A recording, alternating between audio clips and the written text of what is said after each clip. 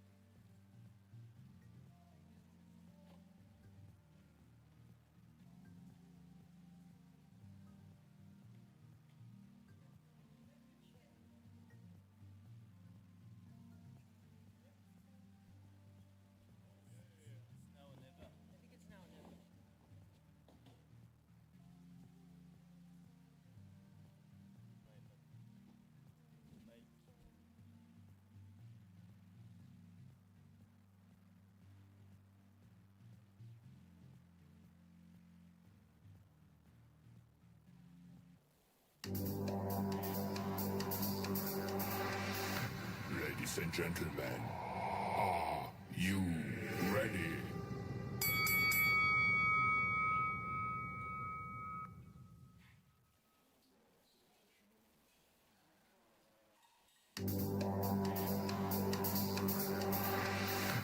Ladies and gentlemen, are you ready?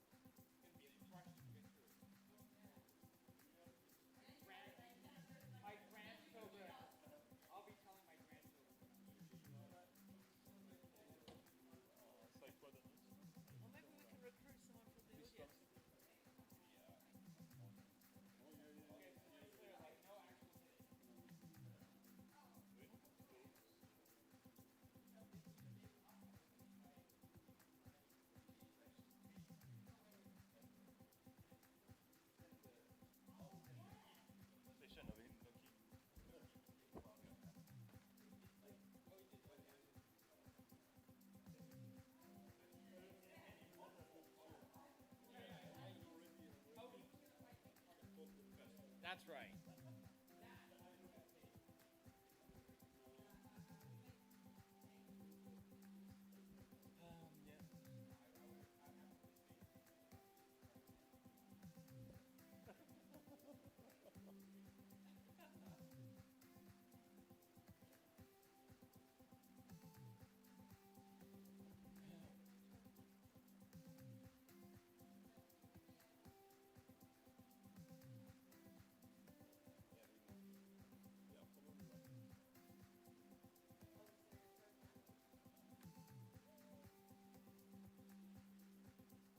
So David doesn't count.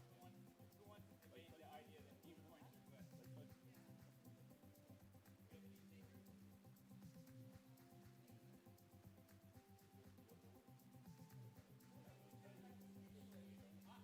I will. I mean, I'll take the other position. I prepare. I didn't know what side I was. You know,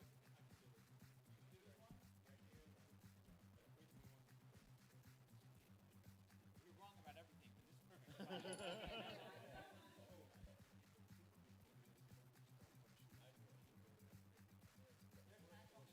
I kind of like this. This is a good take. It's like gambling, right? Yeah. Mr. Hoffman has like literally 2 minutes to show up.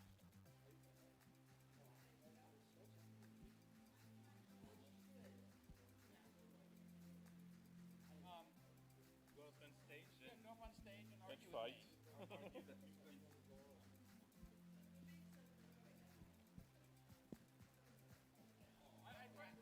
I've already bribed everybody.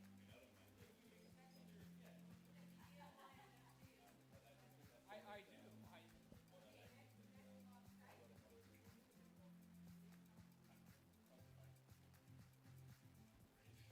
Yeah, me too. Me too. Let me tell you, there is a department. There's an entire department in UI get emails every time I talk to the press.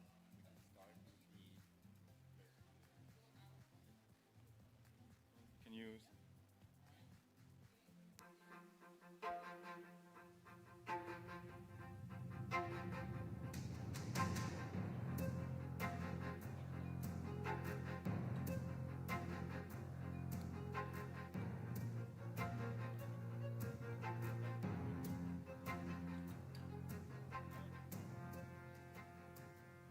Welcome everybody to Blockfighters 2025. I'm really happy to be here. I'm Jimmy Ragoza, also known as jrag.if. I'm here with Christina Frankopan and Nicola Bacca. It's my first year here emceeing with those two great friends, these battles. So for people who were not here for the first 2 years, the concept of Blockfighters, it's that it's going to be fast-paced 15-minute battles between two debaters talking about a spicy topic, trying to go back and forth, launching attacks. There will be no real fightings, but it will be way less boring than all the other talks, so bring your friends up there. I will be moderating some of the first debates. We'll talk about meme coin, the Ethereum foundations, scalings, battle of the VMs, TradFi, custody. It's going to be fast-paced and great. Bring all your friends here. You will be able to vote live during the battle. Just scan one of the QR codes and we will open the vote during the battle. At the end, we'll check the results and there will be a big winner for each battle. It's going to be fun. It's great to be here with you.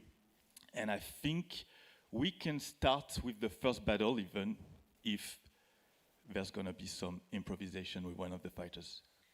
Let's start. Thank you, Nicola. Thank you, Christina. Ladies and gentlemen, are you ready? So, our first battle is going to be about meme coins. The title of the battle is Meme Coins Hangover. Are they a retail rampant or are they a rampant ripoff? So, let's start with the first battle and bring on our two fighters. Pick up a mic. I don't bite without consent, I should have said.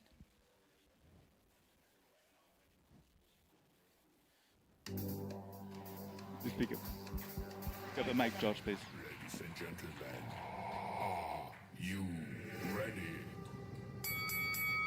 So you might be wondering, does this guy look like David Hoffman?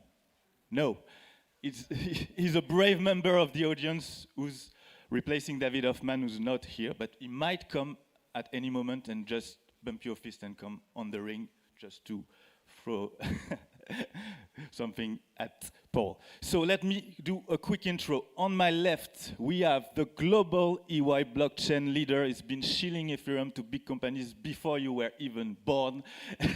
He's a legend, and he's going to be opposing meme coins. That's his position. Wait, I think we agreed that to give George the you want to sorry. You want to oppose meme coins, right? I'm sort of fine either way. Okay. I have a lot of negative things to say about them.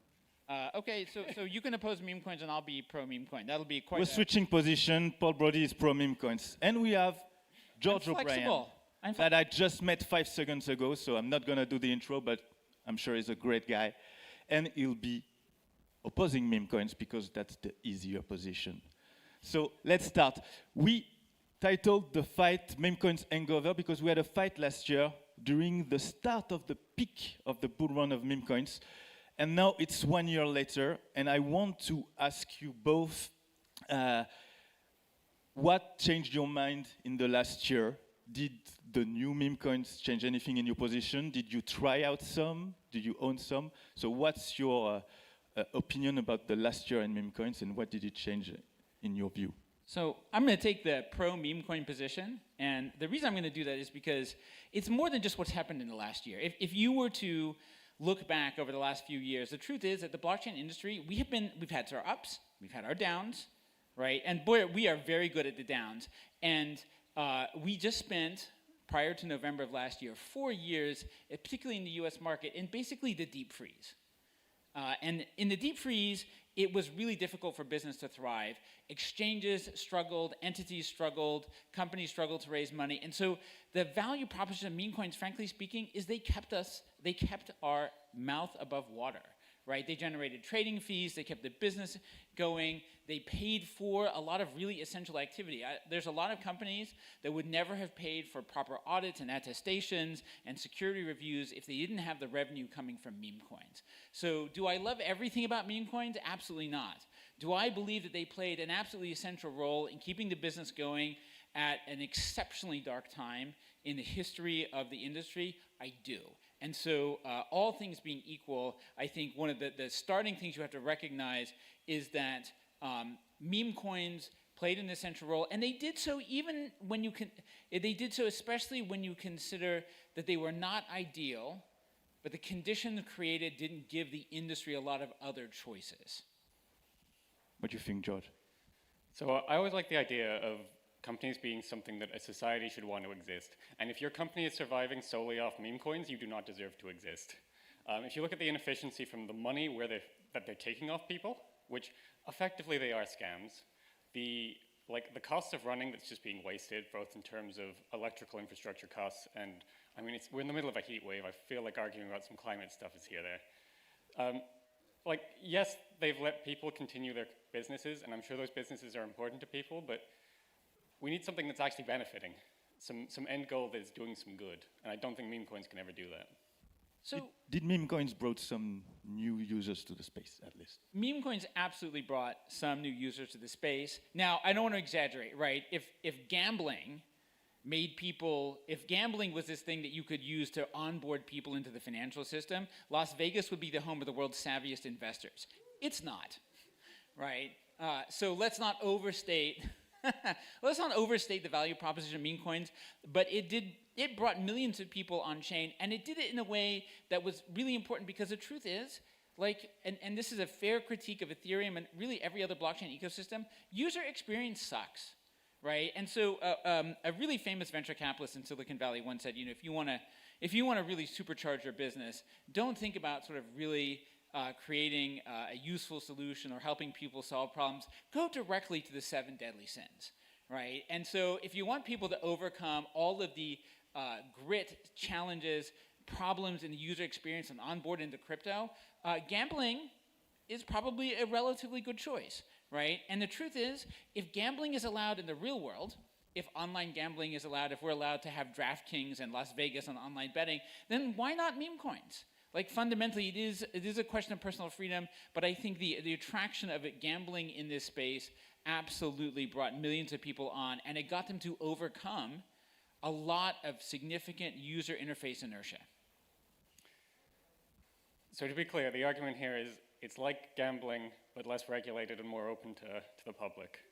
And I just don't feel like I need to say anything here. Who is Thank this you. ringer? Who's the ringer that we just picked up off the street?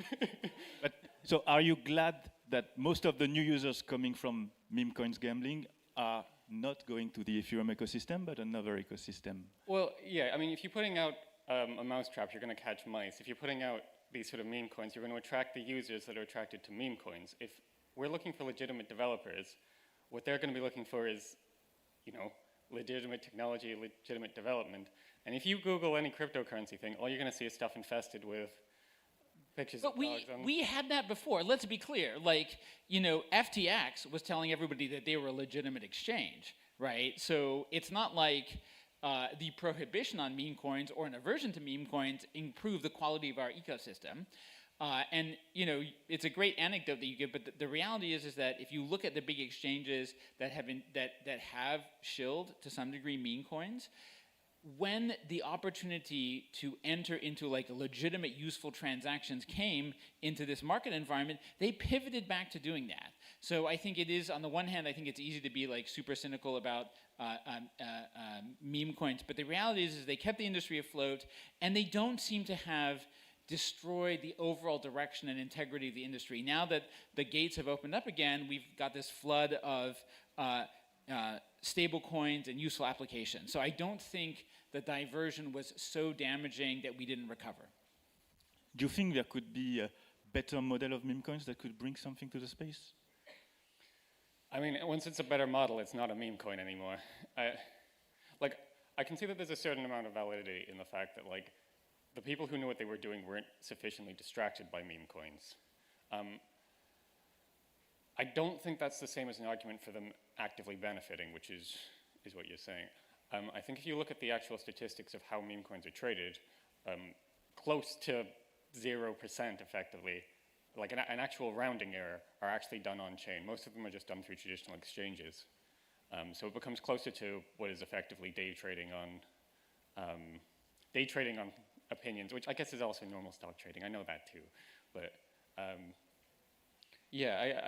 think to an extent, I almost see meme coins as completely side effects to what we'd see as decentralized technology.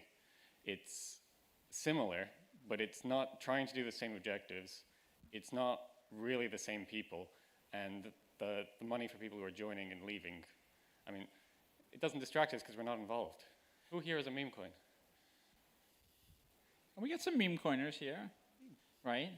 So now that the regulatory environment is more open, do you think that it's the end of meme coins? It's not the end of meme coins, but I do think it is going to be, meme coins are going to be a smaller part of the overall ecosystem. They had their place, they had their moment, but they're not completely done. And the reason they're not completely done is that fundamentally, meme coins are gambling, right? How many of you visited pump.fun lately? Not lately. So I went yesterday in preparation for this little discussion, and I'll be honest with you, some of this stuff is entertaining. Right? If you could package this up in like a TikTok type of model, right, you could have a constant stream of absolutely insane people pumping their coins, all the time. So I think as entertainment, right, in the same way that gambling is never going to be done, meme coins are never going to be done, right? And I think you can look at places like Las Vegas, and you can make the argument again that they're not the best cities, but what would be in Las Vegas without Las Vegas? I'm pretty sure nothing, based on what the rest of Nevada looks like. What about you, Josh? Where do you think the meme coins will be in 1 year? No, I think you're right there. We're never going to get rid of them. I think at the end of the day, like you say, people always do enjoy gambling. And despite absolutely everything around that, if you want to gamble and actual gambling regulations prevent you from doing that, there's ways to siphon up the side alleys of, in the same way that a lot of cryptocurrency payments can be used when you have illegal money that needs to be laundered. Once again, wouldn't argue that's a good thing, but blockchain's ability to circumvent laws and regulations is, it's a constant struggle, I think. Something that we really sort of need to get into a handle on. So I think if we want to keep meme coins, we actually should tax them, and we should treat it like a form of gambling, and we should just allow this to exist, and it should be taxable, and we should treat it what it is, which is it is effectively a form of entertainment that has risk and potential for addiction. But I think that the millions of people that got onboarded into crypto through meme coins will eventually find, I hope, other things to do. Do you think it's been more egalitarian to be rugged by a random dev than rugged by VCs? Sorry, can you say that again? Right now, in meme coins, mostly you're rugged by the core dev, which just rugging out the liquidity. In other coins, VC coins, you're rugged by the VCs who've been in the pre-seed. Is that better in a way? Well, I mean, no. No, I actually think this is something that plagues absolutely everything, is that, I mean, blockchain has a bad reputation. What? Decentralized coins have a bad reputation. Outside of this room, if I asked my dad what he thought of blockchains, he'd probably laugh at me. I think that's true of a lot of us. And I think there's good reason for it as well. Yeah, there's absolutely good reason to it. One of the things I firmly believe is that this industry is fantastic at providing material for our critics. Like, we are world class at this. Traditionally, we like to do it in the US, we do it at the beginning of November so that you have something embarrassing to talk about with your family over Thanksgiving. But actually, a regulated meme coin industry would be, again, I think would be useful, right? Regulated meme coin industry is now just gambling. At the end of the day, like, if you go over the Thanksgiving dinner table and you say, wow, I lost the kids' college fund by being rugged in meme coins, your family members will say, you're an idiot, right? But if you have to go to Thanksgiving dinner and say, I lost the kids' college fund because I have a gambling problem, you won't say it, right? This will actually lead to better family conversations. People will know that what they're doing is gambling. They will treat it legitimately as such. It will actually be a step forward in kind of social peace in the United States, right? Because people will just be too ashamed to admit that they lost their children's college fund gambling on meme coins. Small intermission for the audience. Don't forget to scan the QR code and try to vote. For those of you who just arrived recently, please know that I did bribe the audience beforehand to make sure I won. And know that George bravely replaced David Hoffman at the last minute, so also he deserves some vote. But there were no explicit rules against audience bribery, and I am willing to pay. Okay. Can I get one? Two? EY NFTs. EY legal department says they have no cash value, but you can sell them on OpenSea. All right. Let's focus on some categories of meme coins. The most famous recently were the political meme coins. What did you think about the Trump meme coins? They got the right to go to a dinner and see Trump for 5 seconds and not even shake hands with him. Was that good enough? I mean, that was quite obviously a crime. Like, what he was trying to do was crime, I think. And he successfully did crime because the unregulated meme coin allowed him to legally do crime. And I think that might be a bad thing. But you're not certain, right? And let's be just to be clear, though, that particular activity took place on a blockchain that shall not be named. Well, but I would like to speak in favor. I think what it provides is commendable transparency in the discourse between ordinary people and our elected leaders. Could it bring bribery too? And I said commendable transparency. Both George and I work for large corporations that need to be careful about the things that we say. I think commendable transparency can be interpreted creatively by the people who know what we're talking about. When can we expect the first EY meme coin? It's already available. They're already available. So, actually, one of our key contributions is we're building privacy technology so that you can have your commendable privacy, you can have your commendable transparency in secret, which I think is something else that will really enhance the whole business relationships between consumers and their elected representatives. George, a last word just to convince the audience that they shouldn't get into meme coins if they don't have them yet. I mean, I suppose the core thing is if you enjoy having your money, then just do that. Or at least less volatile gambling. Like, go somewhere that'll give you a drink with it. That is a great idea. We should open up like a meme coin location with complimentary beverages. I thank you for your support of the industry, George. Yeah. Let's open our regulation and tax one, right? We'll call it unregulated tax evasion coin. I feel like that's too obvious. I think we should call it like transparency and fairness in taxation coin. Fantastic. Excellent. Excellent. Thanks to our fighters. That was a great debate. You have... Yeah, let's bump gloves. That is the full extent of the violence that you will see in the physical violence that you will see in this event. The results are already here. 3 votes for David, who became George. 7 for Paul. So let me give you... Paul is the winner. Thank you. You put George, up thank a you good for being a fight. good sport. Yeah, Pleasure. really. Thank you. Let me shake your hand. I thought the Here, I'll show you the way out. argument might not fit this crowd particularly well, but someone has to do it.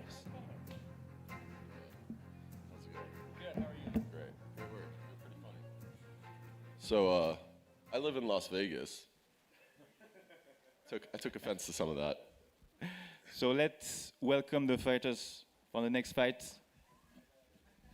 The only Venice I know is in Italy. Warm up. Did you bring your plastic knives? No, sorry. Oh wow, okay. I cannot do that, I would stretch. But I'll take you on the climbing wall, no problem. So that next fight is about the Ethereum Foundation. That would be my favorite topic. It's called... It's not every day you get invited to like beef with the organizer. Give it up for Jerome. Thank you for throwing this great conference. Thank you for accepting to fight with me on this.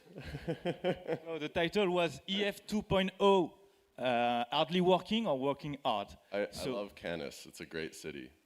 Canis, amazing. You pronounce it can, so you lost all credibility. Canis, amazing. Croissant. All right.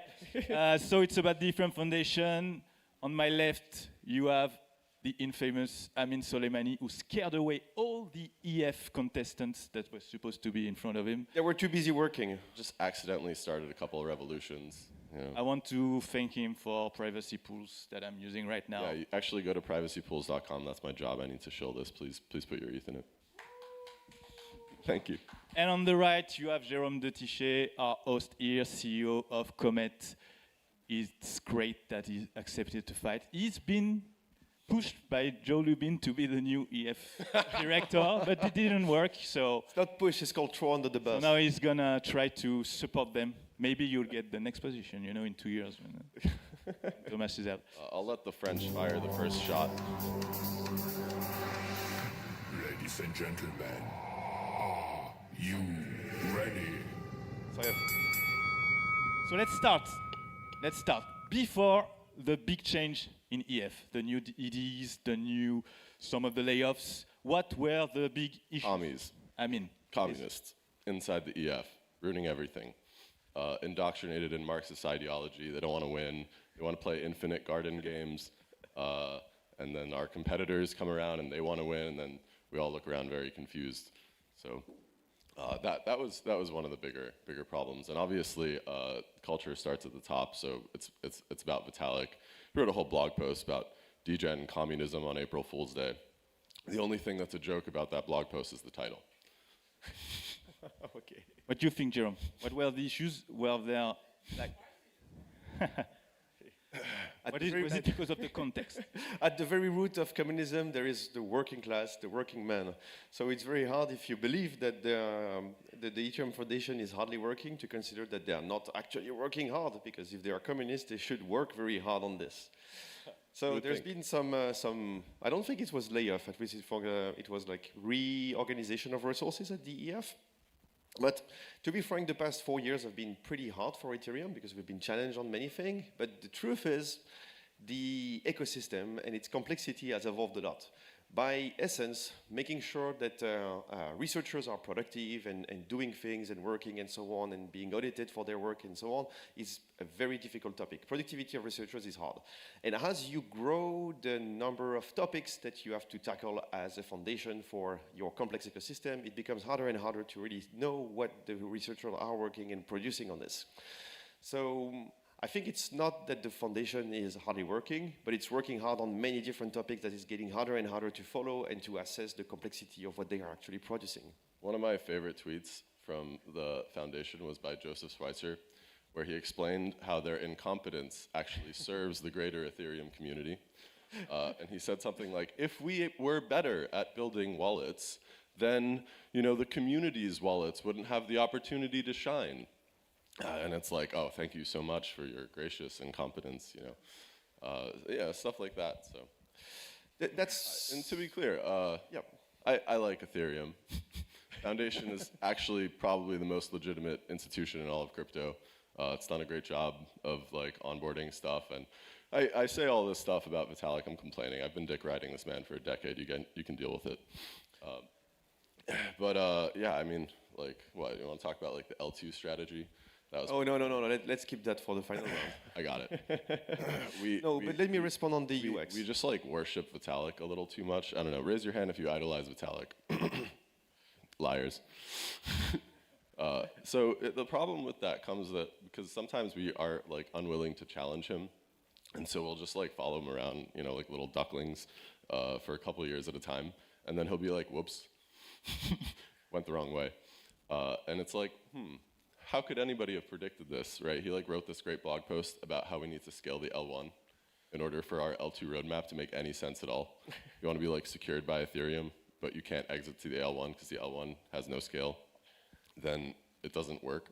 And he did the math, and he's like, actually, we need to scale the L1 by at least 10 times. And it's the math is the same. We could have done this math 5 years ago and decided to scale the L1 then, but we didn't. Why not? And then when I asked people that, people were like, I don't know, I don't want to say Vitalik. It's like Lord Voldemort, you're like, oh, I don't want to say this name, It's that's something people need to get over. You all owe it to yourselves to self-actualize and kill your idols and become the best version of you that you can be, because he has too much work to do, and so we need to take some of the load off his shoulders. Well, I'm glad you're saying that at least one person at the Ethereum Foundation is working hard.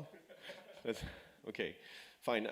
I think you're very right on the critics regarding wallets, and that's something that the new administration at the Ethereum Foundation has taken very seriously and is pushing very hard on the bringing better UX and better wallets on Ethereum. One thing that we may have missed is better precompile, more ways of in a friendly way onboarding people. So that's ongoing. But I do agree that we've been missing out on the L2 roadmaps, and scaling the L1 is going to bring ultrasound moneyness again. So yeah. There's a funny kind of twist here, which is what if the whole plan all along was rug the L2s, right? Let the L2s do their thing, do all the research, get all the credit, make some money. Yeah, have fun, pump your tokens, L2 meme coin token or whatever. And then we will make base native hyper, what does Justin call it? Giga Gas L1. Yes. He's over there, I can't remember. Yeah, so you got to do that, and then it's well, now we brought everything back home. Sorry, L2 tokens, you just had to get murdered out there. Whoops. So having L2s as privately funded companies or semi-privately funded companies, taking the tech that the Ethereum Foundation research team have built and put that into production is a good sign that it's actually working hard, isn't it? What do you think about the new Coedy situationship, the move to the board? Well, I'm very happy about what Thomas is doing. I'm not. You think he should stay more than 2 years? I think it's well, personally, what I would like to see implemented at the EF, and I'd like to see that Thomas is actually pursuing this kind of position, is that people should not stay forever at the foundation. I think it's a net positive for the ecosystem to have a flow of researchers and doers and connectors to go back and forth between the private and the public sector of Ethereum. The conflict of interest policy at the EF is hilarious. The conflict of what? Conflict of interest? I don't know. Yeah, maybe you've heard of this. Everybody was freaking out when the eigenlayer, I don't know, Drake and people were advisors, and then now Tomas is the foundation leader, and his bags of nether, Starkware, 10 times as big as his ETH bags, and everyone just nah, it's fine. I think you just drop the conflict of interest policy entirely and just let people, do their thing. So conflict of if rest, if at rest is hard. It's well, if when you've spent 10 years in the same ecosystem and you accumulated a lot of tokens with airdrops, yeah. You become, imagine yourself as a prominent researcher that got a huge airdrop and you're like, do I keep that and act as a person that may be bright because I got a lot of airdrop? Or do I sell that and then... Commendable transparency. Yeah, and then people will say, oh, you just dumped this token, you don't like this technology, but it's based on your papers and so on. So it's a hard situation to be here, and that's also why I'm a proponent of staying only 2 years, 3 years at a position, so you can do back and forth between the public and the private sectors, which is something that some people at the foundation are trying to enforce and embody. But it's not perfect. And as you said it very right, like the Ethereum ecosystem is doing something that has never been done in the history, building slowly but surely a network that everybody is using for a global settlement layer, and at the same time implementing a form of governance and evolution that is never seen before. So we are very right to be super critical and ask for things to move faster, but at the same time, we cannot say that they are hardly working, in my opinion.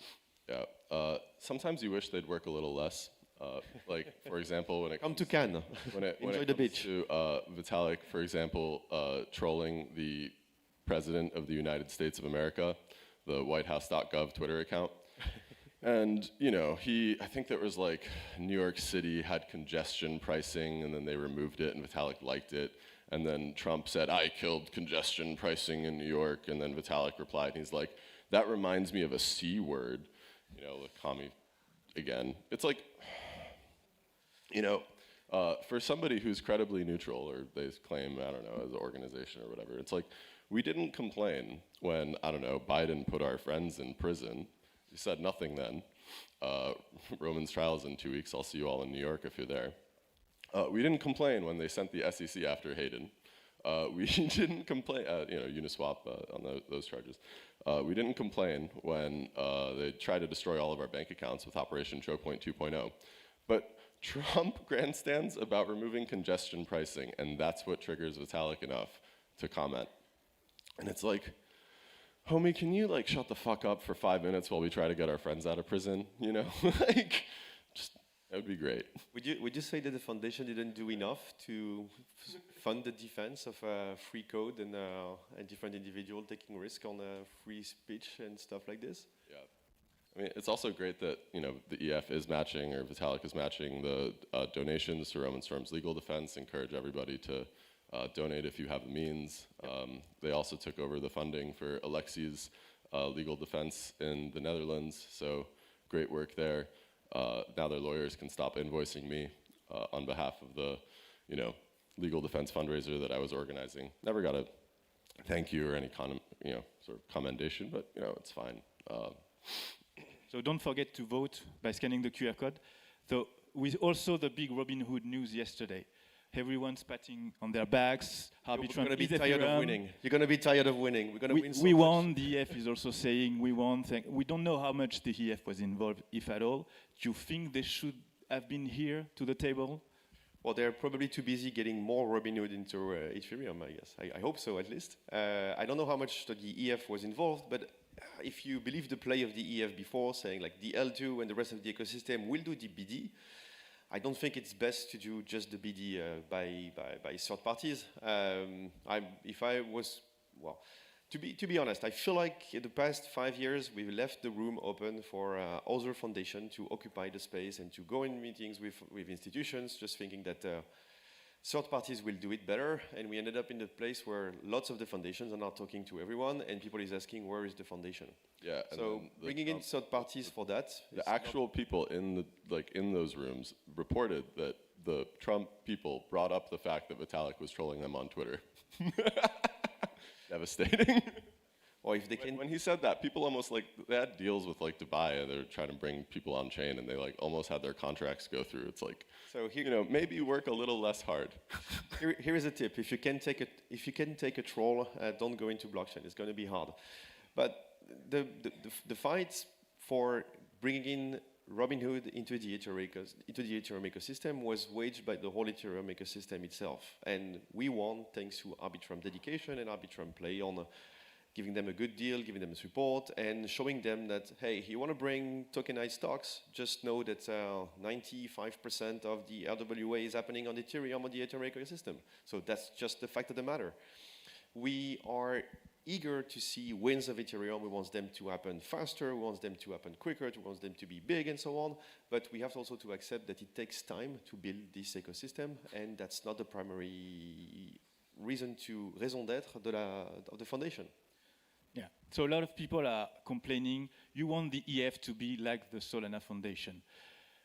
That's probably not the truth, but is there something that the EF could learn from the other Alter One foundations, you think? And do we want the EF to be like the Bitcoin Foundation? Non-existing? Subtracted away? I mean, the EF's like a mystical unicorn in the forest, and it doesn't. It's not a corporation. It's a non-profit, okay. And it's like, okay, buddy, how many non-profits do you know that have a coin, right? And like, your job is to not just deliver Ethereum. Like, you have to make ETH work as well. And I think people at the EF forget that they have a coin sometimes, and they like to be like, we're just a non-profit. We're just building for humanity. It's like, okay, well then, why do we hold ETH? Right. So why do you hold ETH is mostly a question for people that are staking and validating, and for the people that are buying Ethereum to use Ether itself. And so I had this funny conversation with Justin Drake once when he actually used to be the don't bring up the price of ETH guy. Well, we shouldn't be afraid to say the P word. The price is good. The price is appreciated. So riddle me this: what is the security of Ethereum if the ETH price is 0? And then he became the hypersound money, ultrasound money guy. That's right. Yeah, it was great. Great pivot. Love it. Well, I'm a proponent of the ultrasound money thing, but yeah, indeed, we shouldn't be afraid to say the P word. Price is good. Price going up is good. And now that we are in a bit of a better, let's say, regulatory situation, it's okay to talk about. Thank you, Donald Trump. It's okay to talk about the price. The Orange agent said it's okay, but anyway, what we have to think about here, concretely, is like before the merge, you can come to Ethereum by just running a GPU and getting some ETH. Now the entry point towards Ethereum is a ticker on an exchange, so the ticker has to look good. And even if that's not totally voiced this way, I think the EF cares a lot about that as well. Some closing word, Amin? What do you think the EF will look like in 1 year? What would you want it to look like? I've submitted my first EIP called the Ethereum Shah.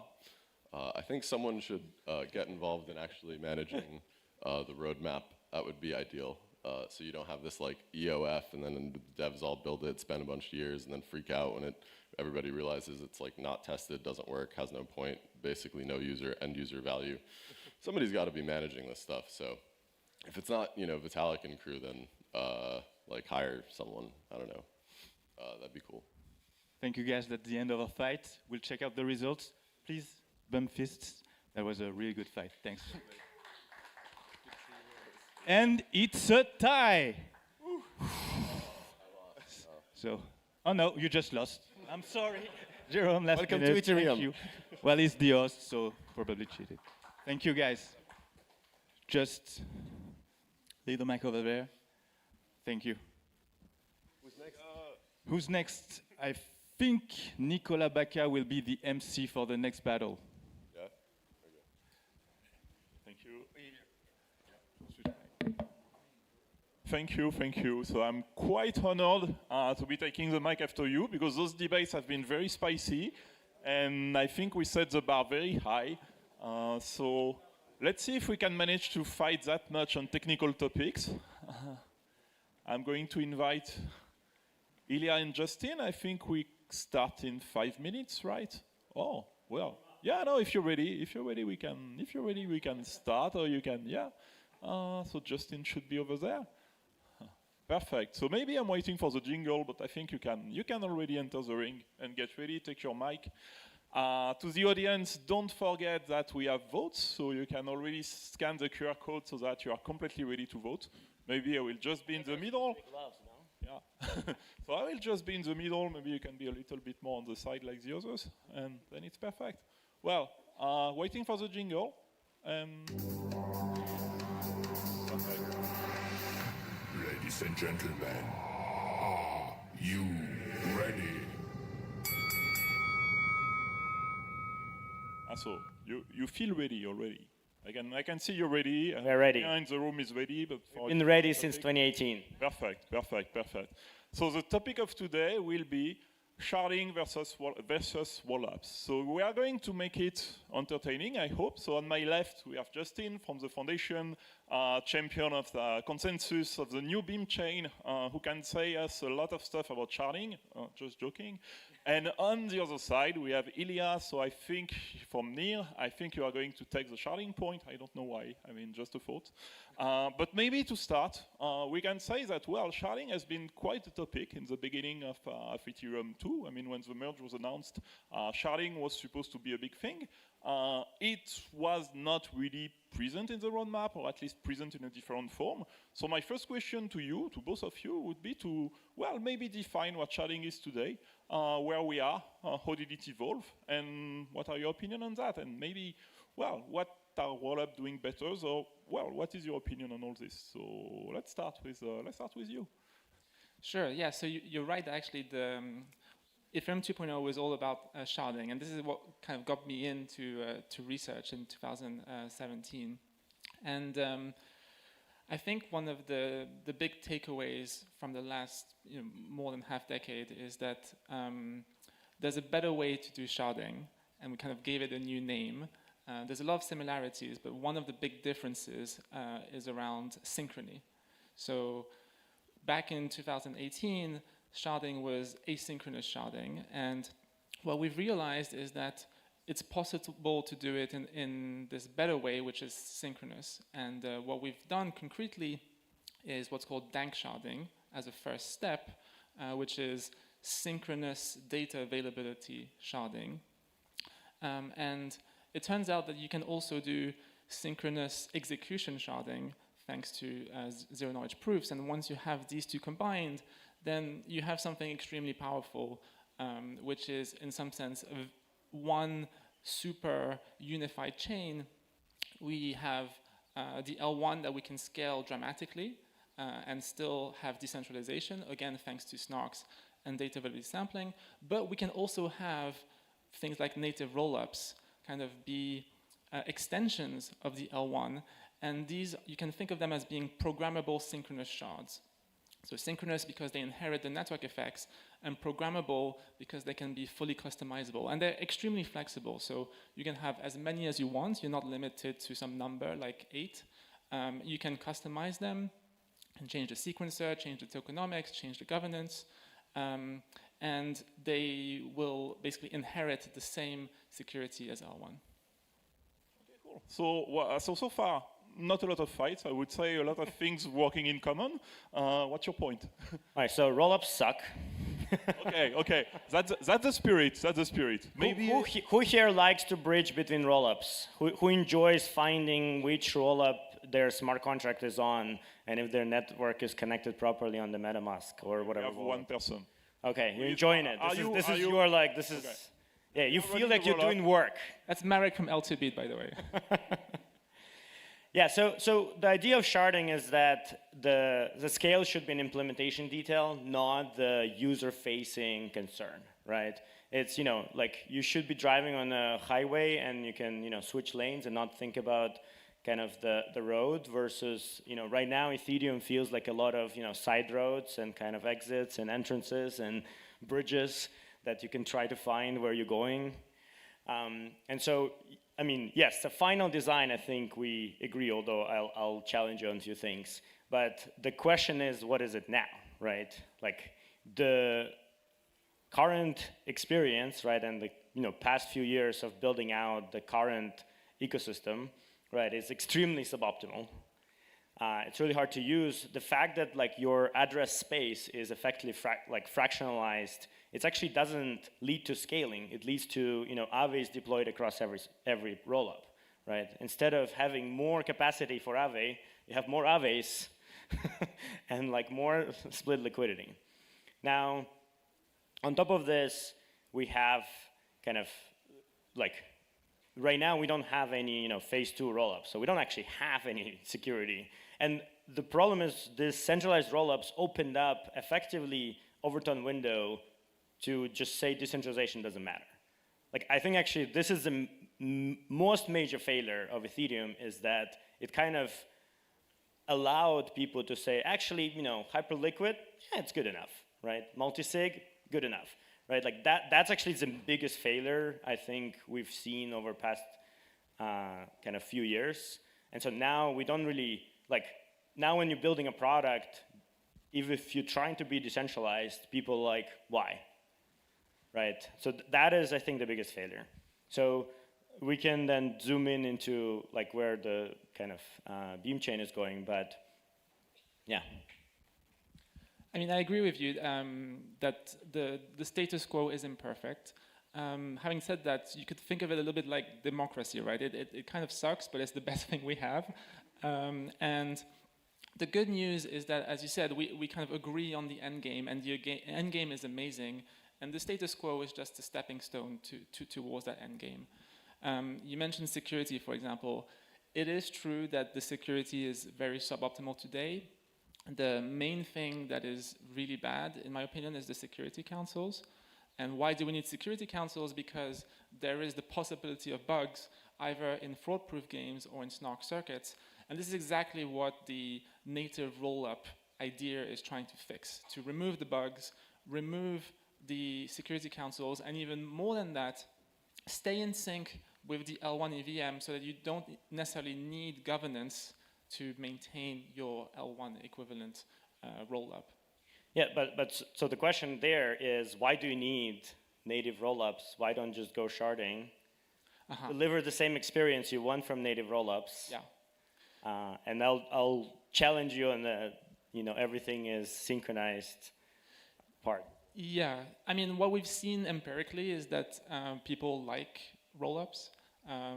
So we again, please hands who likes, you know, exiting and entering rollups. Well, yeah, we have one person who likes a single feeling of a single chain. You know, you don't need to switch. You know, all the applications in one place. Your wallet has all the assets. Who likes that more?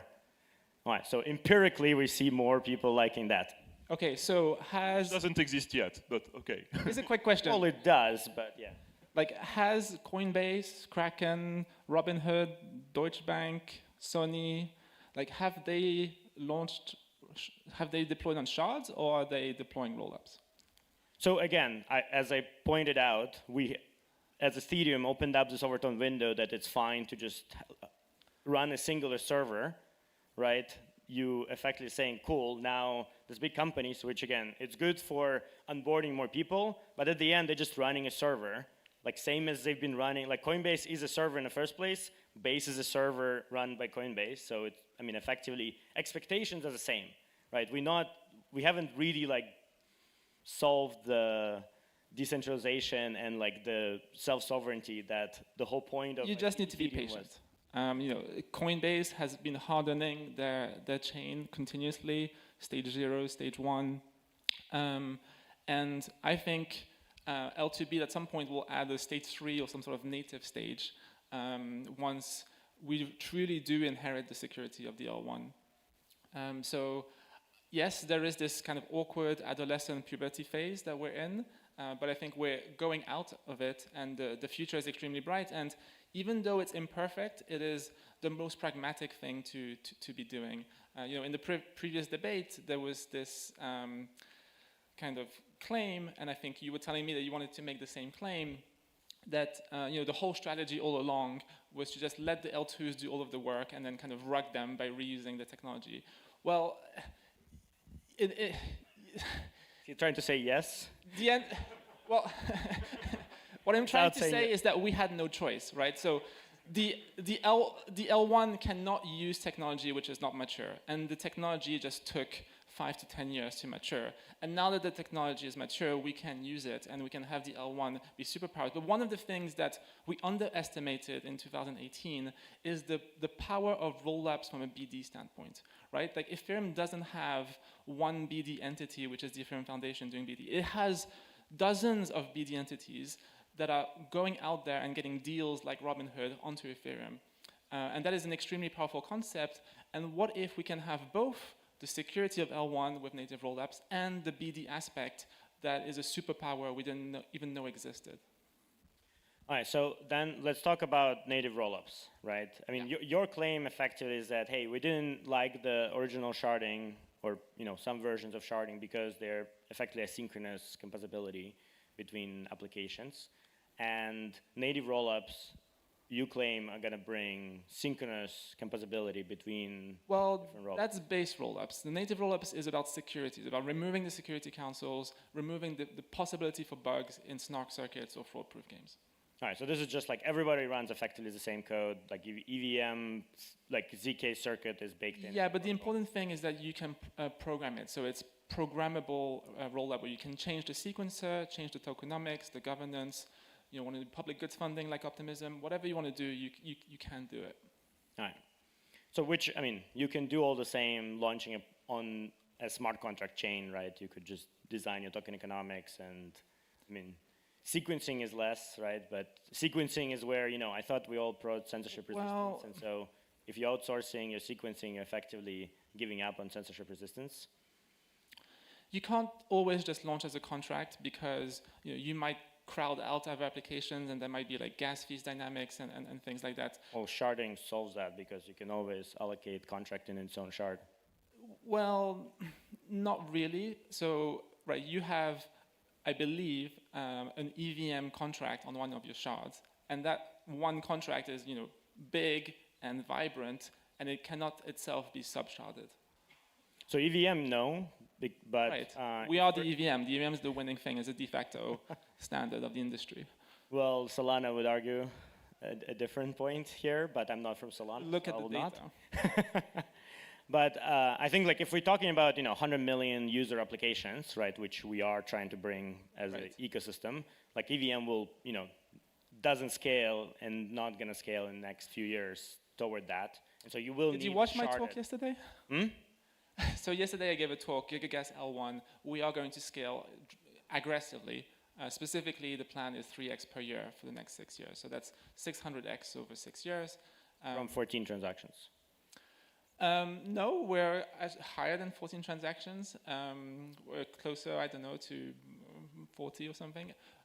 But it's going up. And the hope is that it's going up faster than demand for block space. All right. And so let's go back to what you said about synchronous. Yeah, so that's with the base rollups. When you share a sequencer and when you have real-time settlement through real-time proving, for example, you unlock the ability for contracts across different shards or rollups to have flash loans, for example. So, but when you do this, you're effectively limited by what that sequencer can process. So you are kind of bringing it all back to a single machine and its limits. Yeah, so one of the things that we've seen empirically is that the block building is inherently a sophisticated thing, and there is a lot of centralization. The important thing that we're trying to do is make sure that even though the block builders are centralized, they can't do anything bad. So in particular, we don't want them to be able to censor, so we have things like fossil. We don't want them to be able to cause liveness faults or safety faults or any bad thing.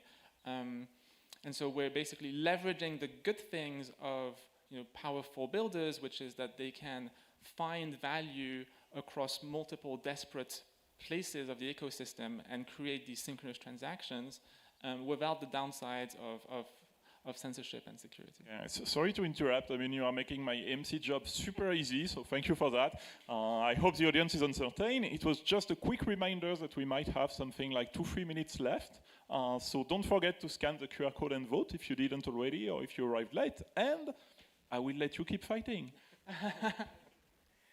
Yeah, I mean, I think like the challenge that I have with this approach, right, is you're effectively saying, cool, we're going to have like, how many right now? 3 sophisticated block producers. I mean, if Neo gains any significant traction, then it will have the same kind of centralizing forces. Actually, we have 30 seconds. Sorry, I just missed the big timer right there. Please go on. So what will happen? like a natural evolution for a mature chain is to adopt what we call PBS, proposer builder separation. We have something called MEF boost, where basically as a proposer, you don't actually do the work of block building, you outsource it to sophisticated builders, and this is a perfectly permissionless and natural evolution. And well, not if you're doing this at a few hundred milliseconds or even lower time frame. There's just no time for somebody else to try to propose and communicate blocks to you. And this is already happening even on Ethereum, where if you want to get inclusion into the next block, you have relationships with all the validators, and you're effectively pushing from dark pool transactions directly into this. So the reality is, like, yes, there's now like a whole ecosystem of projects that are kind of working around all of the Ethereum, sophisticated Rube Goldberg machine, to make sure that they actually get the performance that they need to build applications. And I'm absolutely sorry, but we are done. So I think it was a super interesting talk, mostly about, well, if we set the technical aspect aside, a very interesting fight about when is the right time to do things and what is the speed of R&D and how do we manage to compensate basically, well, censorship resistance and other things. So thanks you for this guy. I think you can continue, you can keep fighting after, because there are still a lot of things to Twitter going. And yes. Then take it in real life because you're here. Okay. And well, it looks like you won this stage, but I feel like it's not the last one. So congrats. Congrats to you both. thank you, Nicolas. Thank you. Thank you. You can remove. Oh no! Wait. Yeah. You can open it. Saying that for the next contestant, you don't have to jump over the ropes. You can just open them.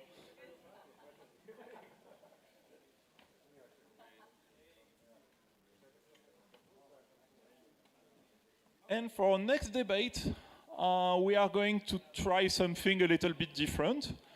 We are going to have 3 fighters already instead of just 2, and we will fire one in the middle, so you get one that, well, if you see someone leaving the room in the middle of the debate, it's completely expected. And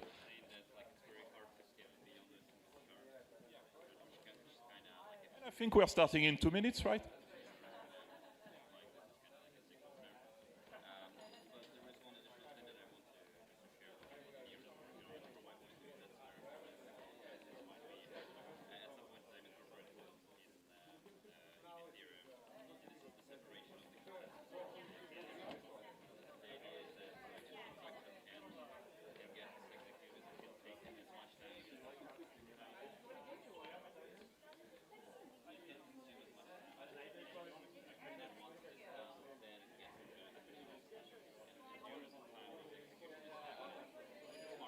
Actually, we have a 5 minutes break, so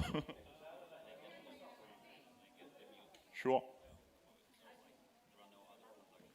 Yeah, let's wait for 2 minutes so people leave the room, people start going in. Don't forget to tell your friends to come because the next battles are going to be epic. So, yeah.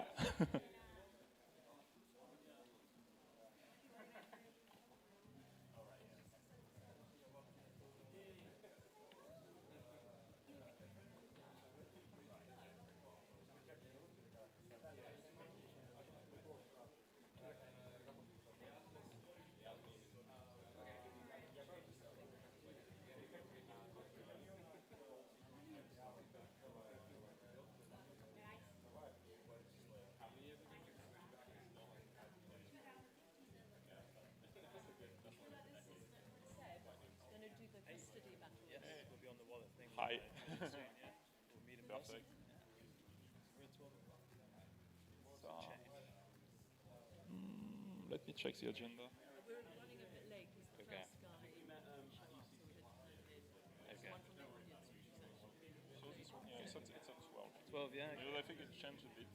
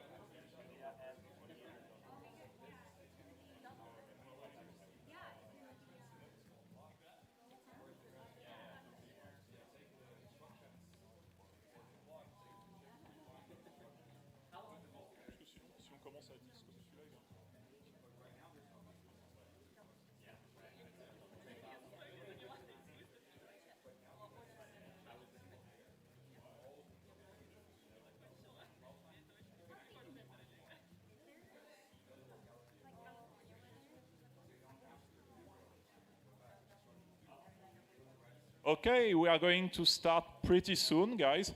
I see the fighters are already fighting outside of the ring, so that's totally not acceptable. And I'm going to call you inside and to join me.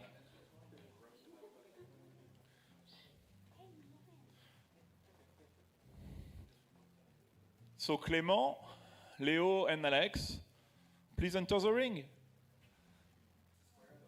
Oh yeah, and you can open the rope so that you don't fall. But yeah, that's cool. So yeah, maybe we can run the jingle. Yeah, just waiting for the dramatic music coming in before fighting. But don't worry. Yeah, perfect. Ladies and gentlemen, are you ready? Okay, so it all makes things better with the music, so I think now we are all ready to fight. So the fight of today will be, well, Battle of the VMs. So initially, maybe I can give a little bit of context about this fight. We had a nice blog post from Vitalik about simplifying the EL1, which suggested, okay, let's replace maybe the EVM by something else. Even if we saw yesterday that, yeah, the EVM can scale a lot, there are still debates about how it could scale. So we figured that, well, the best way to discuss what the replacement of the EVM will be, rather than doing, a lot of boring blog posts and technical topics, will be to have 3 people fighting in a ring, each one telling us what's the best about the VM that they built. So I think we only have ZK people in the room, but that's perfect, because then we can probably fight around ZK, and if someone wants to defend the EVM or another VM, please feel free to do so. So maybe I will start by, well, letting you introduce yourself. Sorry, you forgot to pick the mic, so I forgot to tell you so. So we have 2 mics, and 1 mic will be shared around the third contestant. And yeah, so maybe a few words about yourself, what you are doing, what is your battle going to be, and what you are going to fight for. So let's start with Alex over there. Yep. So nice to meet you all. So yeah, I'm Alexandre. I'm working at Linea, and I'm leading the Prover team there. So, well, essentially, my role is focused around the ZK research and implementation of the proof system. But I also contribute a lot to the protocol design and the arithmetization of Linea. Good morning, everybody. I'm Clément from Kakarot. So Kakarot, we have built, I think, 4 EVMs, 2 Cairo VMs, and now another ZK VM. So we have just an experience a bit in the topic. Hi everyone, I'm Leo, work at Powder. We work on ZK VMs, compilers, optimizations, and just making ZK VMs as fast as they can be from a compiler's perspective. Okay, thank you. And yeah, maybe some little point I forgot to mention. So, well, just administrative stuff. We'll have to fire someone in the middle of the debate. So just to make things a little bit more spicy. So I hope you won't mind if you get fired in the middle. In the meantime, people don't forget to scan the QR and to get started, and maybe to get the ball rolling, you can say, okay, so what would you say you are doing differently, from the others, and what are you doing best? What are your best points? Weak points of your competitors? What are you thinking about all this? Why are you the best VM, basically, and why should you not leave the room in the next 10 minutes? Yeah, so the first thing is that we are actually in production, so I think that's a strong point. Yeah, that's a very strong point. Plenty of VM projects, but yeah, that's very tremendous project, and that's, I believe, really hard from experience to go in production. So I think that's one fair point. Another thing is toward efficiency. So Linea EVM does not use ZK EVM. It's like directly constraints to EVM, and from that we can just squeeze as much efficiency as we can from it. And measuring the trace size, it's like 10x, 12x in terms of trace size, which is not, again, that we can have with ZK VM. Like, you have to manually optimize everything to get it. Yeah, but I don't think you have a VM, actually, do you? Because you just write circuits. So I don't know if you have your place here. Yeah, so the VM is the EVM. No, you have made circuits to prove the EVM. Yeah, you have not built an EVM That's still a We're saying the same thing. It's a VM for a EVM, so. It's not a VM itself, is it? It's not a general purpose VM. Anyway, because we are debating if you prove the EVM, you are not building even an EVM, you are building a prover for the EVM. You are not like designing a VM, you are not designing you are not crafting a VM from But you don't have to. It's a ZK VM implementation for the EVM. Oh, it's a ZK VM for sure. Yeah. I was just I was not ready for that. I mean, like, do you even belong there? I mean, I didn't expect that in the debate, but please go on. No, I mean, as far as I understand, for example, if you were at Product and you were saying that you were like working at the compiler level to decide which opcode might be included or might not be included, or how you optimize the instruction set. This is crafting a VM. Well, that's more Picking the a ISA. EVM and proving the EVM, this is not crafting a VM. No, but you don't have to craft it to implement it. They have a VM which supports the EVM. It's not a general purpose ZK VM. It's still but it's a complete VM. in a way. But I'd argue that anyway the main use case for ZK is EVM, and I think that's why every ZK VM project is competing in the L1 ZK VM track. I mean, I'm not saying the solution is not working for the EVM, for proving the EVM. I was just meaning the fact that it is not designing a new virtual machine. But that's not what he claimed, though. He claimed it's not the claim. It's not the claim. I thought it was sort of the debate here to discuss about. Maybe I can clarify. I think it was just describing what VM, and I was saying, okay, anyway. Yeah. Just to clarify, so it's EVM constraints, and there is no in-between layers. ZK VM in between layer. Okay, thank you. So I think we have addressed that point. We know that everybody can stay at least for the next 7 minutes. Maybe something else. I mean, maybe a question that everybody is asking, because if we want to replace the EVM, the first thing we would have to do would be to be able to prove the current EVM, or at least to offer the same functionalities as the current EVM. So where are we regarding that? So is it something that works already today? Is it something? Can we plug a replacement, for example, and say today we can run the actual contract, so we can at least have exactly the same experience? Where are you today regarding that? So we are type 2 with a plan to go type 1. The main difference today is that we are, I believe, at London level. I want to be sure, but Pectra, we are going to be at Pectra level compatibility in September, and we target Fusaka for end of year and type 1 for mid next year. So currently, the UI is still pretty much the same. Only issues that our users have is that they have to use an earlier version of Solidity. So that's something we are aware of, and that's something we absolutely want to fix. The gap to be fully type 1 are those few EIPs that we have to implement. We need to migrate the state to have a Patricia Merkle tree, and then we will be able to have really apple-to-apple comparisons. Now, looking at the trace size, it's like 100 times better, but if you don't prove the Patricia Merkle tree, it's a little bit simpler that way. So it's not apple-to-apple. And there are a few precompiled that are just skipped. SHA-2 and RIPEMD, which nobody uses anymore, but that we still need to implement to be completely type 1. Yes, for my side, despite the fact that we have actually spent lots of time building the EVM, I don't really believe it makes sense to keep building special purpose proven EVM. I mean, I'm much like in favor of,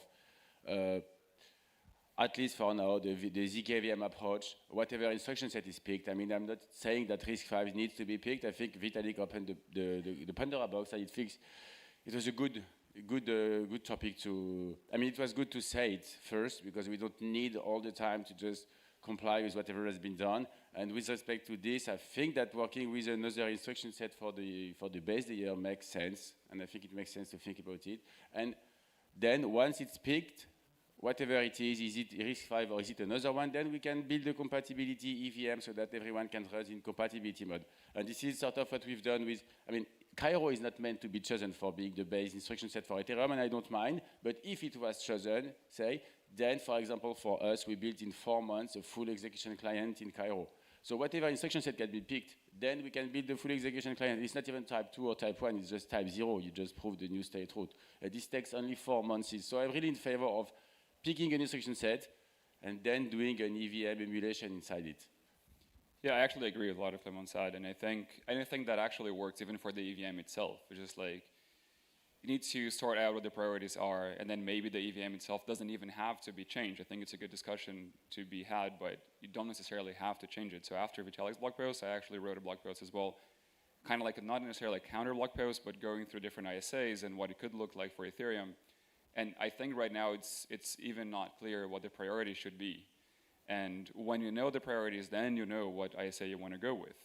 And even, yeah, RISC-V could be fine. I think RISC-V is used now by a lot of the ZKVMs because of convenience, because you just want to prove Rust, and RISC-V is the simplest ISA that gives you that can be implemented, but it's definitely not the most performant. So you could, if you want more performance, you could go with MIPS, for example, which we already see with proofs that is very fast, or with WASM plus a smart compiler, which we are building right now, and eventually we'll see how much better, if at all, this is than RISC-V.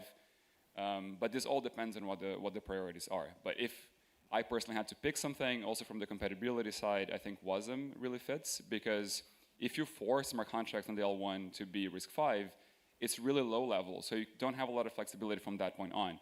You can likely get fast ZK proofs, but you can't do much else with it. You're kind of like stuck with it. It's a very low level model. Whereas if you have something higher level like WASM or even MIPS, then you can still do different optimizations on the ZKVM itself. It can have its own internal ISA with provable transpilation, and this can be a lot more performant and let you do different things and be future-proof as well, instead of just like locking into RISC-V forever on the smart contract layer. Okay, so we're on the RISC-V versus not RISC-V. So my take on this is that the idea is here to solve two problems. Like, can we make the EVM more efficient? In that case, I agree that RISC-V is not the best choice, but it's a choice that might work. And it is also meant to simplify it. What I believe is that this type of ideas looks very simple at the beginning when there is no spec, and it looks incredibly complicated at the end once you take into account retrocompatibility and so on, because the contracts that are already there has to keep existing. So in a way, it will never be RISC-V alone or just custom ISA alone. It's going to be ISA plus EVM. So I'm not too sure. I mean, maybe one spec is going to come out and it will actually work, but not very convinced about that. And about performances, I would say, yeah, I mean, if we care about performances, we should probably just simplify the EVM. Like, what came out in what is expensive in the EVM are the precompiled and the ketchup. But then when I benchmark the KVM, that's not really what I see. I think it's more like 10% are precompiled stuff, and the rest is CPU. That's odd though, because in all the profiling that we do with different teams, like signature and ketchup is like 80% of the whole thing. 80%. Yeah. So then the precompiles really they're fundamental for ZKVMs. Yes. Maybe in your case because you have direct implementation of the EVM. Yeah. But for general purpose ZKVMs, without precompiles, you can't do anything for Ethereum. Oh, no, you do need the precompile though. Yeah. But what I saw is that if you look at the trace size at the end, with using precompiles, then you get maybe 5 billion cells for ECDSA. Oh, with precompiles, like that. Right? Yeah. Maybe the same thing for it's even maybe the same thing for Ketchak and 80 billion for the CPU and all the other stuff.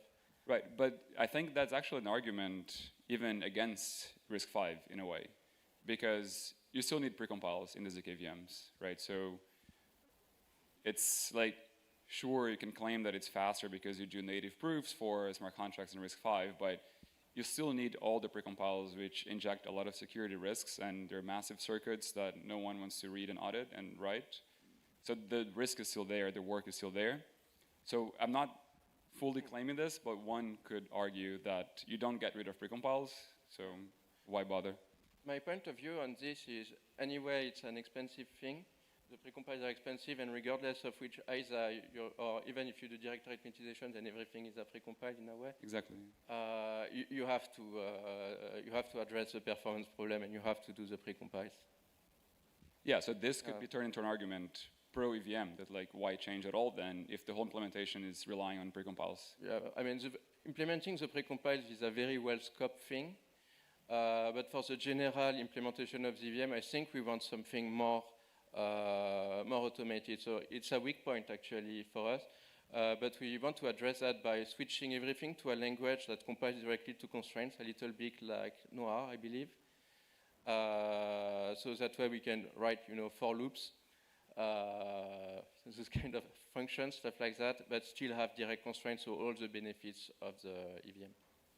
Well, I personally don't. I mean, I don't think that it's a good idea to mix the need for ZK, like we want to prove the base layer, and the I would say the protocol thinking, like what actually do we want to have as developer to be able to run on the blockchain actually. So when you build the ZK EVM and you mix the ZK and the EVM itself, and I've built the EVM and now you say that you still are in troubles to catch up with the updates, I think it's, even if you make it in 6 months anyway, there is still this delay. You cannot be like real time, and building a client, making sure that you are 100% compliant, that you follow the 20K test, like from the Ethereum Foundation, for example. This is a whole work. I mean, building a client is a whole work. Building an efficient ZK system is a whole work in itself. And I think it's best to split them, just not to mix everything. And with respect to this, then you need to decide whatever instruction set is the best for this ZK task. And then you decide how you implement your client or what kind of compatibility you do with it. So I'm really in favor of changing the instruction set to make sure that we can fast verify proofs on the base layer, and then we can write whatever compatibility is required with whatever high-level language. And the performance, if it's too high in terms of performance drop in compatibility mode, then the developers will just change, I think, to rewrite in the optimized way. Okay, we are in the middle of our debate now, so I think we have 10 minutes left. So question is, I'm supposed to fire someone.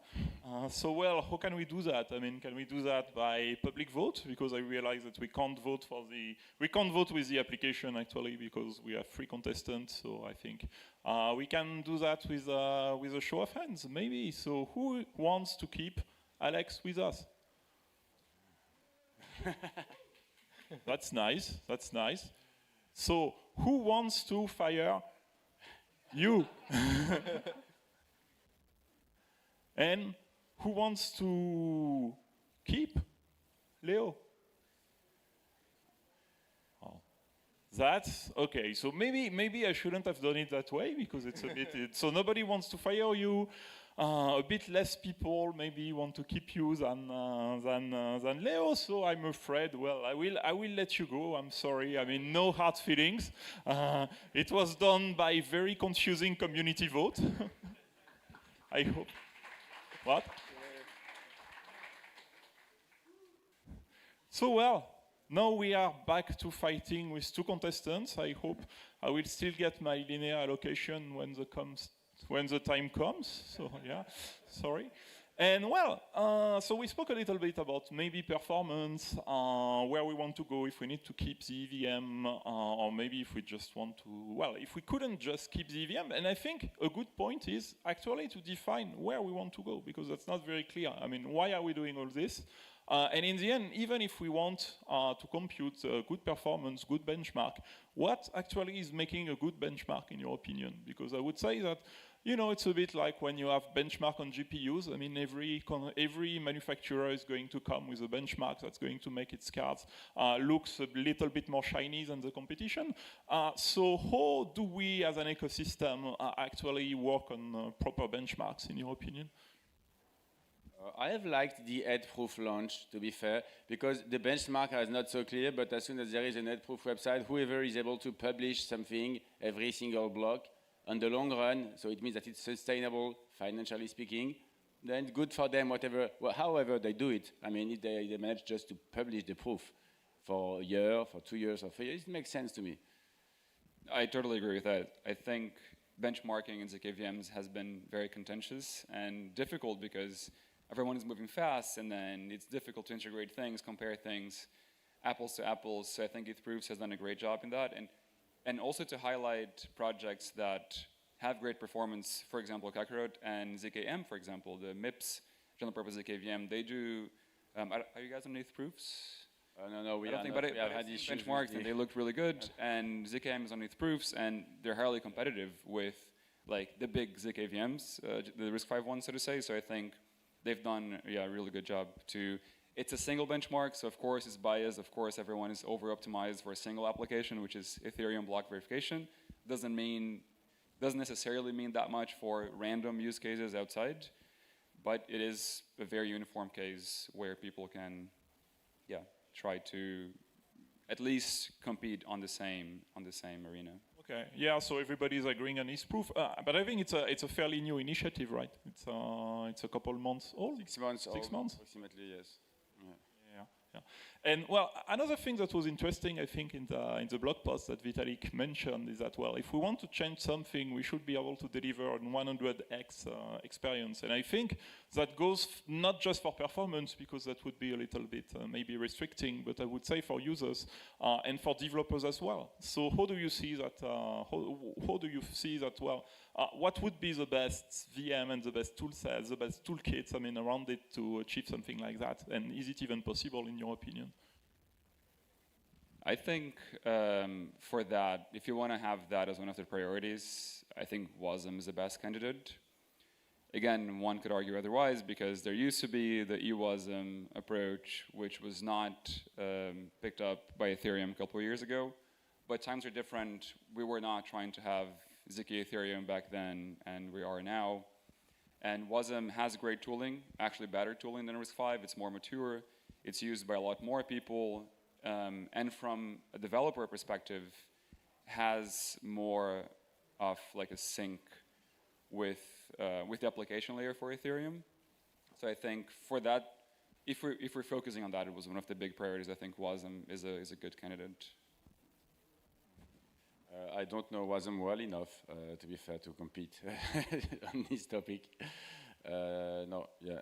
And I think to add, I'm not sure about for sure, like saying, for example, what I know in terms of Cairo, for example, like the same user transaction in plain Cairo or emulated in the EVM running in Cairo, there is a 100x somehow in terms of number of cycles that are used, 50x. So it really makes sense to expose the base ZK native VM to the users. And I think if you do it, you get the 50x improvement.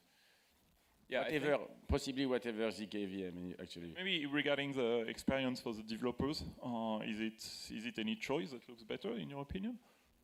For the developers, for people building the contracts, actually, is it a choice that you would put forward? To use the base layer instead of Solidity plus EVM, you mean? Yeah. Yeah, I think that with a good tooling, the developers, they don't really. Solidity has been here. The tooling is here for Solidity now. But if you have ever used Viper, for example, Viper is not too bad. It's not Solidity. So why not building something else? There is now a new initiative for a Rust-like language also that sort of compiled to Yule as well, if I'm not mistaken. So I think developers can change. I think, that would require these languages to build backends for whatever new ISA is used, because you can use, you could also claim that you want to use Rust smart contracts, which is fair enough, and I do think it can be good as well. But forcing that upon people, I think, would be a mistake, like from day one. I think this would take time. And there is already a huge network effect with both Solidity and Viper, and people would want to still continue using them. So, but I guess, in Vitalik's blog post, he does say that, these languages could just add backends, and I think they could. So Solidity actually used to have a WASM backend in the UWASM times, an experimental one, that actually got removed when, the whole project was canceled. So I think, this should not be. And Matter Labs has the SolCXLX compiler, which takes Yule and goes through LLVM to EVM as well. So that could also be used to do RISC-V. The experience of MATLAB is interesting as well. When you realize that they did first this compiler to compile Solidity to their custom ZK system for the initial era thing, and then what are they doing now? A RISC-V prover. So they've got all the knowledge for the very complex task of doing compiler level things to make sure that they can get the Solidity. And then now they do RISC-V and they are 10x better than all the competitors. So maybe they got a good knowledge when it was misused in too hard tasks. I don't know. And maybe, so well, we are going to finish in 2 minutes. Maybe one point that we didn't look at the moment, something which is important as well, I think, is well, focusing on censorship resistance and the ability for everybody to be running nodes or to be even running provers. If we move to a world where everything is ZK, which is, I think, where we are going in the end. So in that case, what would be the best choice in your opinion? If anyone needs to be able to run their own proof. So I'm actually saying a lot now, not your proof, not your coin. I think it's the new, not your keys, not your coin. Because if everything is ZK and you need someone to prove your intention, you cannot like directly transact with the network. So it's an issue. So with respect to this, of course, the prover needs to be able to run on local devices. Might not, I mean, I'm full into mobile phone devices, but it's not strictly required that it be a mobile phone. Mobile phone have memory constraints that are another limitation. But yes, of course, people need to be able to generate proof, at least escape edge proof or something like that, like the minimal proof that can give you your asset back or something. Yeah, I agree with that. I think we have to get to a point where you can generate proofs on at least your laptop, maybe not your phone, but at least a good laptop. And I think for that, from the VM perspective, you likely have to use some ZK-inspired ISA. So I think a combination of something high level and general purpose like RISC-V or WASM with something ZK optimized like Cairo, for example, which could be built at some point, could help give an extra 5-10x. That could potentially enable client-side proofs as well. Right now, very difficult to say. I mean, there's a lot of teams working similar things, so I feel like this year and next year we'll have a lot of answers. And we'll be able to also decide what's priority, what's last priority based on what exists.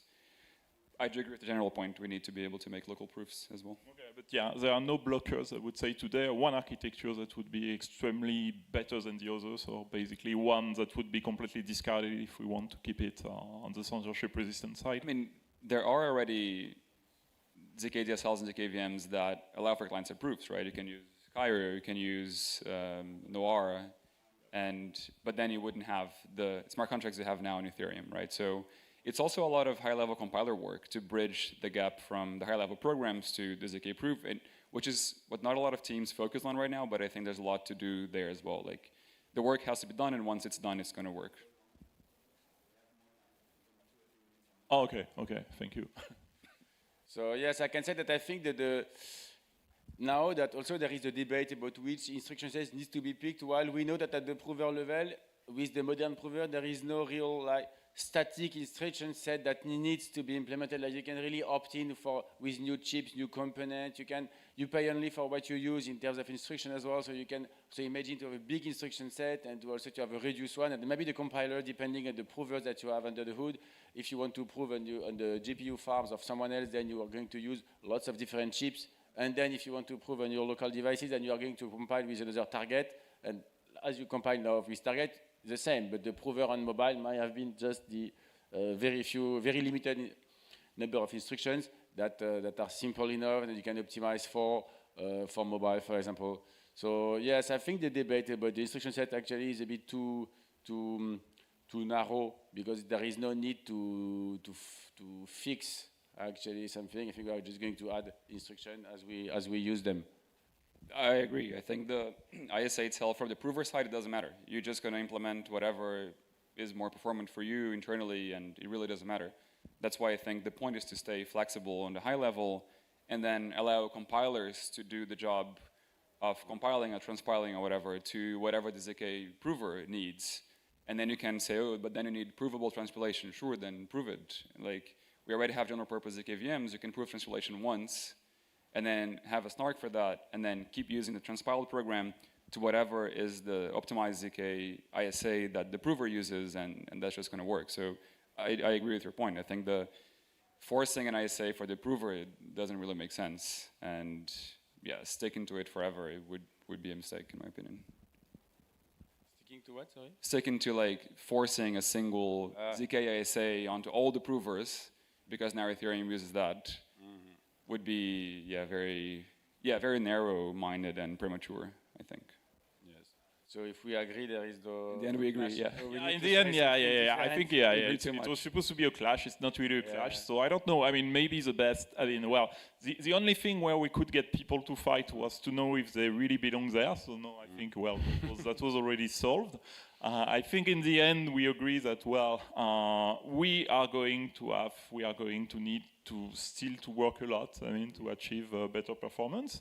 And maybe even it can fit with the EVM. So yes, it was supposed to be a fight. It was not really something bloody, but I'm sure that it's going to get better with the next ones. Maybe on crypto Twitter we will get more bloody. Yeah. We're in person, we can't really fight. Yeah. But on Twitter, that's always. No, but this, I feel like, so 2 weeks ago in Berlin, there was an L1 interop workshop, and one of the sessions was on basically this. There was a couple, like 10, 15 minutes discussing, shall we settle on an ISA for everyone to use? And there were people there also from ZKVM teams, including teams that are more specific to RISC-V. And even those teams were saying, there's no need to force something onto everyone else. Like, yeah, we use RISC-V now, but we can change it anytime. And it was kind of a surprise that there was also no fight, and everyone was expecting like a big fight. And there were even more people there representing different ZKVMs, and there was no fight. So maybe that post on RISC-V. I think it's too early. Maybe it will be RISC-V. Like, I think no one is also saying, no, we will never be RISC-V. Maybe it will be, but I think it's just too early to make such a big decision. Too early to pick the fight. Well, we will still be running Blockfighters next year, I think. So we can probably see if we'll come back. Yes, if we have more people to fight on. In the end, I think we can probably, since I will have to name a winner at some point. So even if I have still some time to go, I mean, I'm sure I will ask Jimmy to come, and he will be able to sing a nice song, and we will manage to keep the room. Full. So, how can we do that? I mean, we are going to fight on debates. I mean, we are going to fight on who made the best debate, maybe, or who made the best arguments, because we are not really going to be fighting on VMs. So let's make some noise for Clément. That's nice. I see you managed to take a lot of Carrot friends, I mean, in the room. That's very good. And now let's make some noise for Leo. Yeah, hard to say. I would say I heard a little bit more creative noises for Clément, so I think I can just declare you the winner, and congrats. And next time you will bring more of your friends into the room. Yeah. So you are the winner of the non-debate. Congratulations. And you can shake hands because it was a good debate. Thanks. And don't forget to shake hands with the Linnea, with Alex, because it completely belong there. Yeah, please. So thank you. And we will be continuing with the next session with Jimmy, which will be on... you will introduce. Perfect. So please take the mic. Thank you, Nicolas. So let's move on to the next battle that will be about the rollup roadmaps and rollups. Are they Ethereum salvations or are they value extractors? I call to the stage Len and Marek. You can applaud. You have the mic there.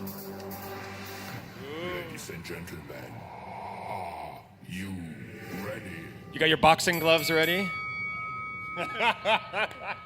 No, wait, put your phone away. Come on, no cheating, no notes. Come on, What are that's you talking cheating. about? That's It's cheating. debate. No X allowed. Notes. Thank you for coming, guys. So on my right, we have Lane, an OG Bitcoiner, Ethereum core dev, now working on AI and governance at NEAR, and Marek, founder of Silo and co-founder of Self Protocol 2. We're happy to have him because you have 1,000 talks right now at FCC in many side events. So thank you for coming. So we're talking about rollups. We already had Ilya and Justin talking about sharding versus rollup.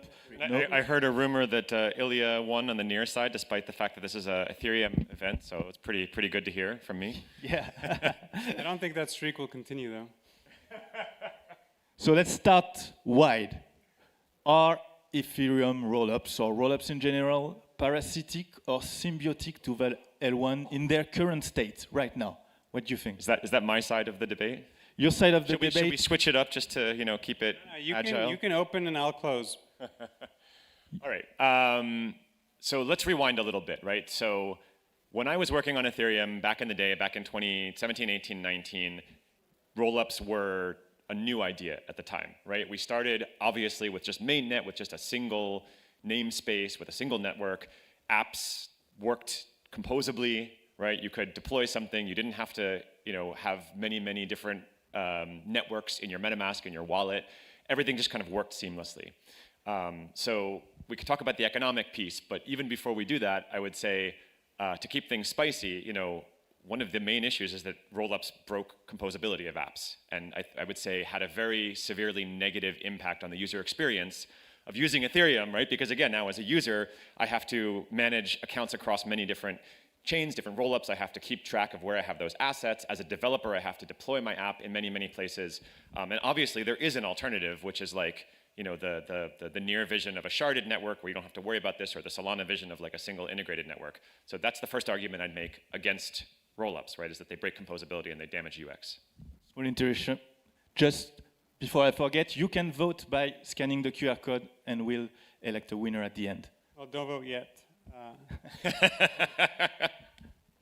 Okay, so on the ballot today is whether or not rollups are good for Ethereum or bad for Ethereum. And I'm going to argue that obviously rollups are great for Ethereum. I think there's been a lot of talk about, are they parasitic? Are they symbiotic? I'm going to argue actually that they are mutualistic. Mutualistic means that both sides benefit from each other. And if Ethereum is benefiting from rollups, then clearly they are good for Ethereum. Certainly rollups benefit from Ethereum's unrivaled security, right? Everyone loves Ethereum security. There's no other chain out there that can compete.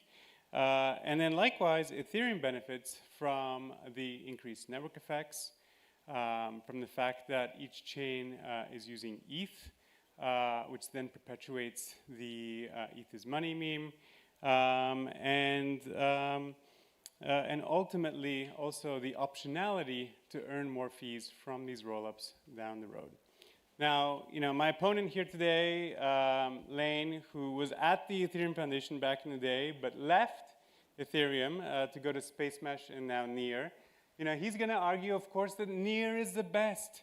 There's no reason to use rollups because they have sharded designs, and that Near is the future. But what he will fail to tell you is that Near has only on the order of 200 validators.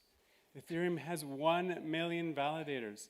And so to argue that this is somehow in any way better than what exists today, certainly from a security perspective, I think is just ludicrous. Okay, let's talk about security. You brought up security. I agree. I think this is a good starting point for this conversation. So I want to make 2 points. The first is the million validator number that you cite. That is kind of a headline number in Ethereum, and it's true if you go to look at the beacon chain statistics, you'll see that there's on the order of 1 million validators running in Ethereum. But who's actually running those validators? That's the question I would ask. And the reality, obviously things have changed with the most recent upgrade, right? But it used to be the case that a single validator could only support 32 ETH, right? We have the new max effective balance, right? So that's changed recently. So the point I'm getting at is if you're Coinbase, and you're operating and you have millions of ETH staked, you're going to be actually operating many thousands of those validators, right? So yes, while you have this million headline number, that belies a much higher degree of centralization on the back end. So I don't know what the actual number is, but in terms of the actual number of independent entities who are actually involved in operating Ethereum validators, it's more than 200, I agree with that, but I think it's closer to 200 than 1 million. That's the argument I would make, but we don't know, okay? Second point on security, because you mentioned rollups, and you mentioned the fact that rollups benefit from Ethereum security. There's some truth to that, right? And I also agree that Ethereum, second only to Bitcoin, is the most secure network out there. The issue is, let me finish. The issue is, actually debatable. Come on. If we had more time, we could have that debate too. Maybe we can make room for that next year. It's a good debate to have, right? The issue here is the devil's in the details, right? And not all L2s are created equal. I think you'll agree with that. We have our friends at L2 Beat who have done a lot of work establishing some, some criteria, right? And you can actually see which rollups are stage 1, stage 2, stage 3, et cetera. And the reality today, at this moment, still, after 5 years of rollups being designed and built and deployed, is that most of them are kind of glorified multisigs, right? And what I mean by that is if the sequencer were to go offline tomorrow, you would have no recourse as a user to withdraw your funds.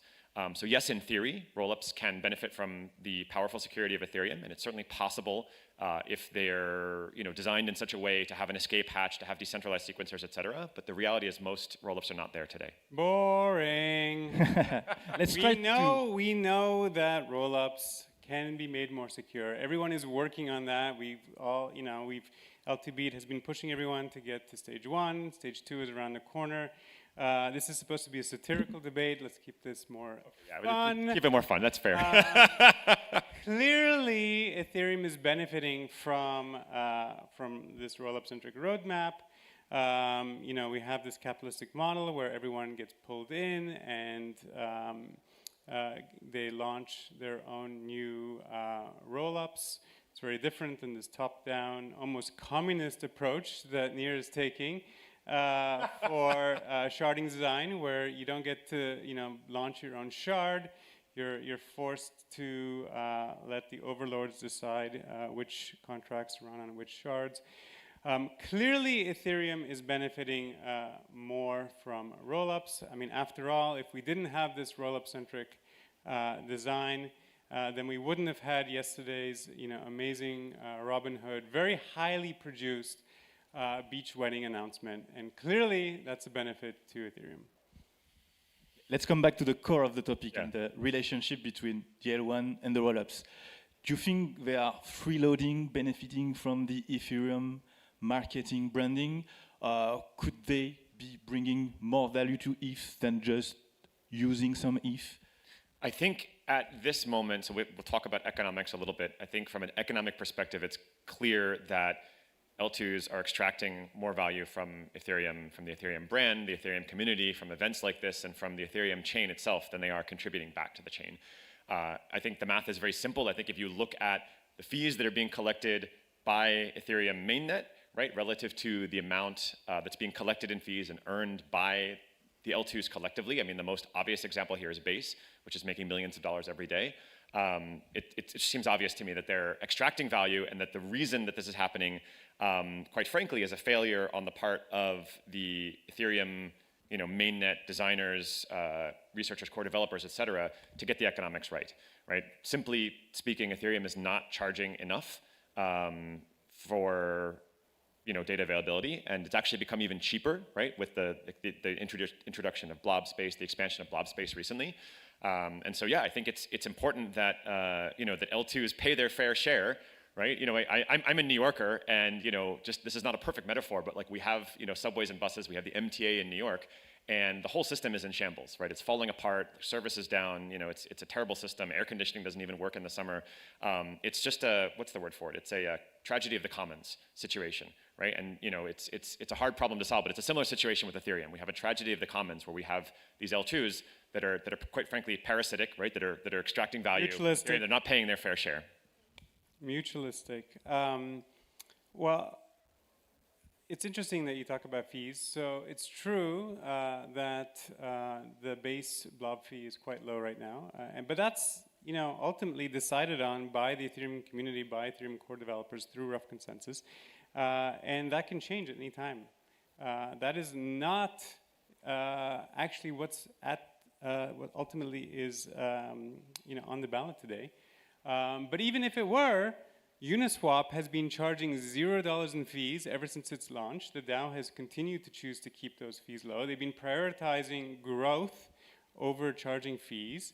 Ethereum is doing the same, right? We are growing network effects for Ethereum. And ultimately, in the long term, I have high conviction that that is the right choice. But if you go back to Uniswap, are you saying that somehow Uniswap users are parasitic to Uniswap? It makes no sense. I'm not intimately familiar with Uniswap's economics. I mean, I would say that to the extent that you have users on Ethereum, I mean, and they're indirectly, even if they're on an L2, like a Unichain L2 or whatever, they're still kind of indirectly Ethereum users, and they're not paying their share for security. I mean, it works until it doesn't. That's kind of the problem, right? That it's just not sustainable economically. And I think it has to start from the bottom. I think we have to kind of set a sustainable economic, fee model at the base layer, right? So that Ethereum itself is charging L2s, and then L2s can choose to pass those fees on or not to their users. And so if Uniswap decides to subsidize the use of the chain, or if Base decides to do that, or anybody, Celo, it doesn't matter, that's totally fine, right? That's up to them. But again, from the perspective of the core protocol, there has to be a sustainable fee model. Sure, but we can also prioritize growth.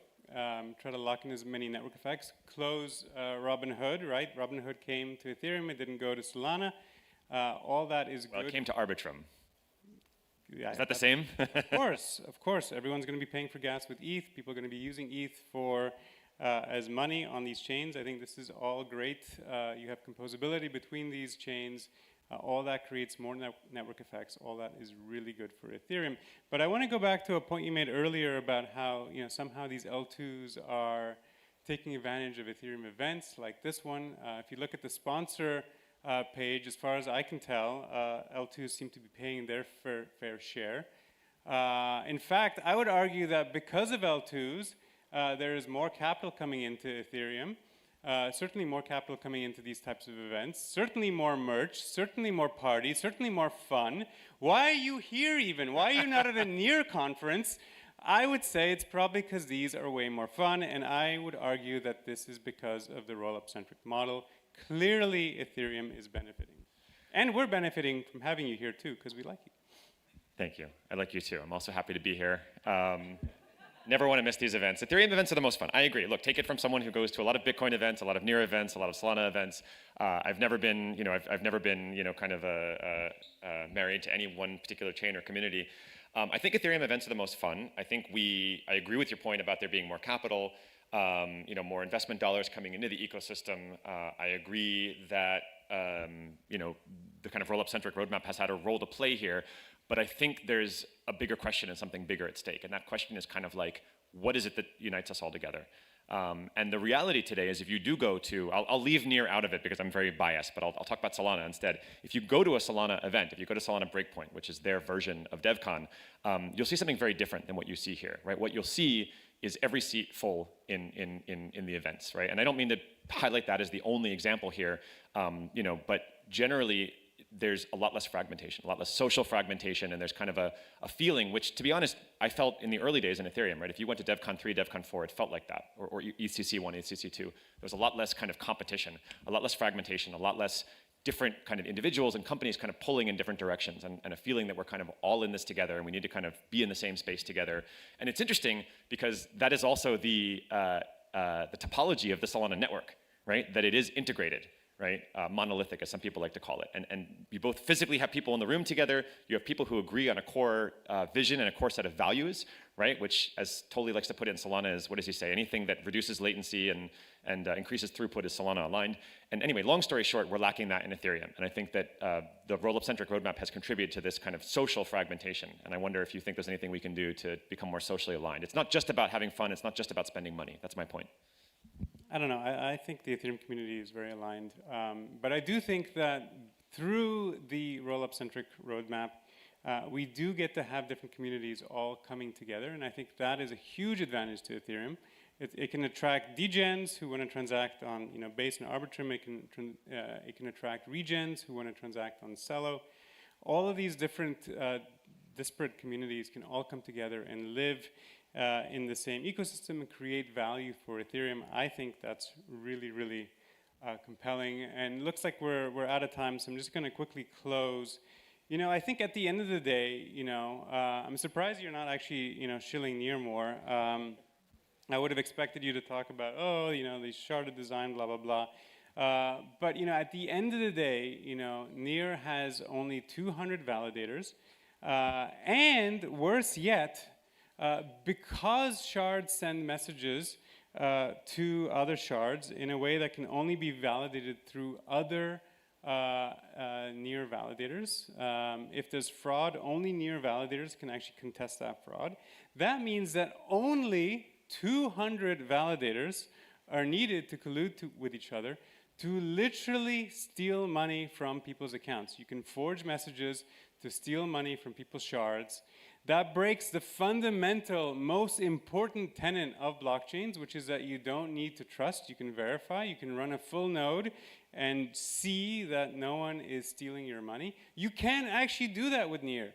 With Near, literally 200 validators can collectively together. All right, let me respond. That was a vicious Okay, attack, so yeah, respond in 20 seconds. I think I can do that because this is a super easy thing to respond to. So first of all, with respect to getting 270 validators to collude, have you ever tried getting 3 or 4 crypto people to even agree on anything? It's harder than it sounds. I think it's sufficiently decentralized. But even more to the point, my response would be, in the Ethereum ecosystem, the alternative to having shards is instead you have glorified multi-sigs, right? You have bridges, which quite frankly are completely garbage. And it's much easier to collude and steal funds on a bridge. We see them hacked constantly, much easier there than it is in the sharded model, which I think is sustainable. I'm ringing the bell. Gling, gling, gling. All right. Thank you. Thank you. Let's check out the results. That was a lot of fun. Thanks, man. Thank you, guys. That was a great fight. And for the moment, it's a tie. Oh, it's a tie. Thank you. I'll take it. Thanks for having me. Thank you so much, guys. I'll let you out of the ring.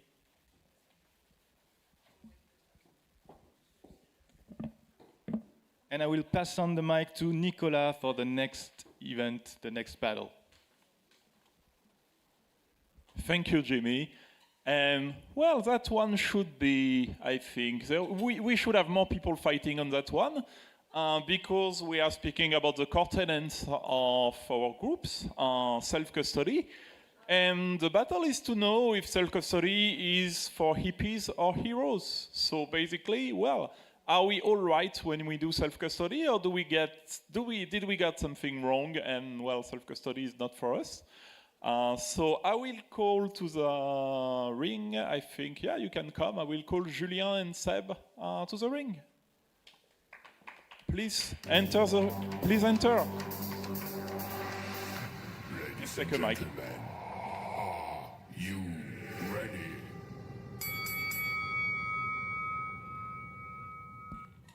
So yeah, I feel maybe we all might be a little bit biased because even the jingle was advertising for Julien.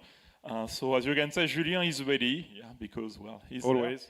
And Seb on the left is from Cordial System. So I think maybe you can introduce yourself quickly, and then we can start the fight. Let's start with you because it's your first Blockfighter. Yes, that's right. My first time here in the block fighting arena. So I would say take it easy, but that makes it not so entertaining. But yeah, so co-founder of Cordial Systems. I've been spending the last several years focusing on the custody space, mainly from an institutional lens. So that's what I'll be calling upon as part of the discussion today. And yeah, I'll leave it at that and not shield the company too hard.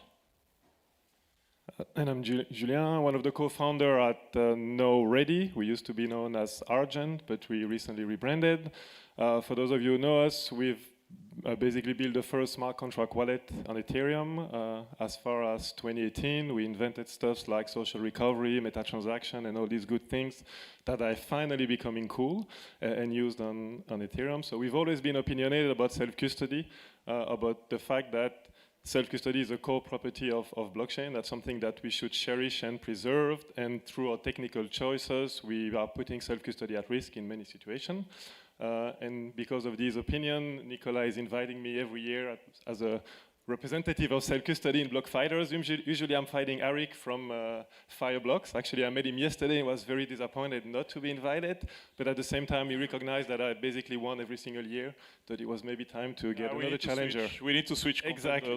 But actually, I have a question, because the title is Self-Custody for Hippies or Heroes, and I wasn't completely sure which side I would be defending, because both are kind of good. Hippies are idealist, and they are important, and heroes are important as well. So Okay, so I would maybe- like a maybe- clarification. Yeah. So maybe I will enter more clarification about that, because usually we spend our time, referencing Twitter fights, and this is actually a LinkedIn fight, where there was someone saying, well, if you are taking safe, if you are a big company like Bybit, well, we will be addressing this, and you are using open source software, you're a hippie and you are not doing things right, basically. So that was more or less the point. Well, okay, makes sense. So yeah, so you can definitely defend. You can see which side you defend. I guess you would probably be defending the. Well, you should be more professional if you want to do self-custody. But if everybody agrees in the end, I mean, I'm fine with that as well. No, I shouldn't do that as an MC. Okay, so well, I will get back maybe to the first point. So we can start fighting on the very definition of self-custody, because I know that personally speaking, I have a very specific one saying, if so, self-custody could be seen and not your key, not your coins, but myself, I would say if someone can prevent you from signing at any point, you are not in self-custody. So that's my personal view. You can probably tell what is your opinion and fight on it. Absolutely. So I think one of the great things about this topic is that it's such a great area, and there's so many different ways it could go. And as you were saying at the beginning, could argue both sides. So I think self-custody is a bit of a dangerous label at this point, I would say. I think everyone, back to the point of not your keys, not your crypto, that in the most part has been a bit of a myopic lens and a very narrow focus on what it means to be custodial or self-custodial. And because of that, we're seeing a lot of solutions that go, here's a key share for you to hold. Now you're magically self-custodial, congrats. I think it's not as Boolean as that. It's a bit more of a spectrum when you think about self-custody and how you can do things independently and minimize dependencies elsewhere. So yeah, I think when you look at solutions saying we're self-custody because you have a key share, you don't have to ask further questions like, okay, great, where are the other key shares? Does the vendor hold them? Do they hold the policy engine, which is typically a centralized database, which decides how your keys get used or abused? If that's not in your control, then that poses some serious questions of risk as well. And then you can go even further down the stack and start asking about nodes and what components are being used. Things like Infura might be something not everyone wants to use. They may see it as a bit of a critical point and a bit of a dependency they're not happy with. So all of that is to say the assessment around what's self-custodial versus custodial, it's quite a detailed multivariate problem. And again, coming from the institutional side, we deal with a lot of security experts, InfoSec people who are asking very pointy questions, and even they struggle to make sense of various black boxes which are out there, which will lead on to another topic of transparency in the software supply chain, which we can talk about as well. But hopefully that gives you a bit of a flavor as to how I see self-custody, probably more how it's being mistermed, or a bit of a misnomer at least today. So I'll leave it there as my kind of opening position as to what is self-custody. That was a long definition of self-custody. Mine will probably be a bit shorter. I tend to agree with Nicola. I think self-custody means you should be the only one being able to transfer and manage your assets. But that also means that no one should be able to prevent doing so. And I think I agree with Nicola, this is the component that most people forget. And for example, we see a tendency on the ecosystem now of people basically giving their key to a company that will manage their key for themselves. And even if these companies provide, great guarantees on the authorization to access these keys, they can basically plug the server off at any moment, and you're basically doomed. So I would say for me, self-custody is about I'm the only one being able to move my assets, and no one can prevent me from moving my assets. No, I do agree with you that it is a trade-off because it's actually a very complex problem. You pointed out, for example, in Fura, it is true that a lot of people use centralized RPC providers. So again, if that's your only option, they can decide not to broadcast your transaction and you're basically doomed. So there's a lot of things that come into the discussion. So it is an extremely complex problem. For example, for us at Ready, we are an application. You can say that the application can potentially provide you for transacting. That's why from day one, one of our core principles is that we should be able to disappear. And in the end, users should be in control. So again, we are providing a software, but for some reason, you can opt out of the software. If the company goes out, if the software is no longer working, there's ultimately a way for you to to being the only one transacting, controlling your asset, and opting out of the system. So it is a gray area, but we should be careful not to compromise too much. And so again, we should stick to the basic. I should be the only one being able to move my assets, and no one should be able to prevent me moving my assets. If you have that, I do believe you can make some small compromise for the sake of user experience, but ultimately these two properties should be there. So again, if the company disappears, maybe using a software that facilitates the use of your crypto, but if the company disappears, there should be a clear way for you to basically get full control without relying on the software that you were previously using. And so this full debate, so thanks for the intro, which was a bit longer than expected, but that's okay. For the newcomers in the room, don't forget to scan the QR code to be able to vote. And maybe, yeah, this whole debate started from what happened to Bybit, actually. So they were relying on an open source self-custody solution called Safe. In the end, they lost funds because they were attacked by, well, very, very skilled groups, so from North Korea, which are used to pierce any kind of defense. So the usual thing we say is that if you have DPRK inside your system, you're basically done. So you can try everything you want, and it's not going to solve that. So what's your opinion on this? In your opinion, could we have done better, or do we have to move to different tools in order to protect against such attackers? That's a very good question. I certainly don't want to pick on Safe, for example, because I do believe they are, making an outstanding job. But yes, self-custody in practice is extremely complicated. The same way it's a trade-off, I don't think there's potentially one solution fits all. So maybe for very, very large institutions, they would prefer the trade-off of, okay, maybe I'm partly giving custody to someone else because I know they're actually more secure and more expert than me. But I do believe that for individuals, this is a trade-off that we should never cross. So again, there's maybe not one solution fits all. At the same time, I do believe that we've done a very bad job on the ecosystem in terms of user experience. And it's always been like either it's self-custodial and the user experience needs to be shit, or it's custodial and you can have a good user experience. I mean, at Argent or now Ready, we've always disagreed with that. I do believe the technology enables to provide good user experience with good self-custody. But it is true that today, using a Safe with a ledger, and again, I don't want to piss you off, but it is a scary experience. I mean, I'm using, ledger and a Safe regularly. I'm an expert user. It's very, very complex. The information that is being displayed usually is not really helping me because I'm not completely sure of what I'm signing. There's no second channel in place, so actually I'm fully relying on the, on the front end that I'm using. So there's all these things that I really believe that we haven't gone far enough, specifically for a product like Safe. And I think that's part of the reason I was in Berlin 2 weeks ago discussing with Stefan and Lucas, and they really want to refocus on that because they realize that they've done 95% of the job, but they were maybe missing the last 5% to really provide a full self-custodial experience with a product like Safe that people can actually use it in confidence. So yeah, it is a tricky question for sure, but I really believe that the technology should enable good user experience with true self-custody, and acts like that can be prevented and should be prevented in the future. Yeah, I think so far I would agree with most of that as well.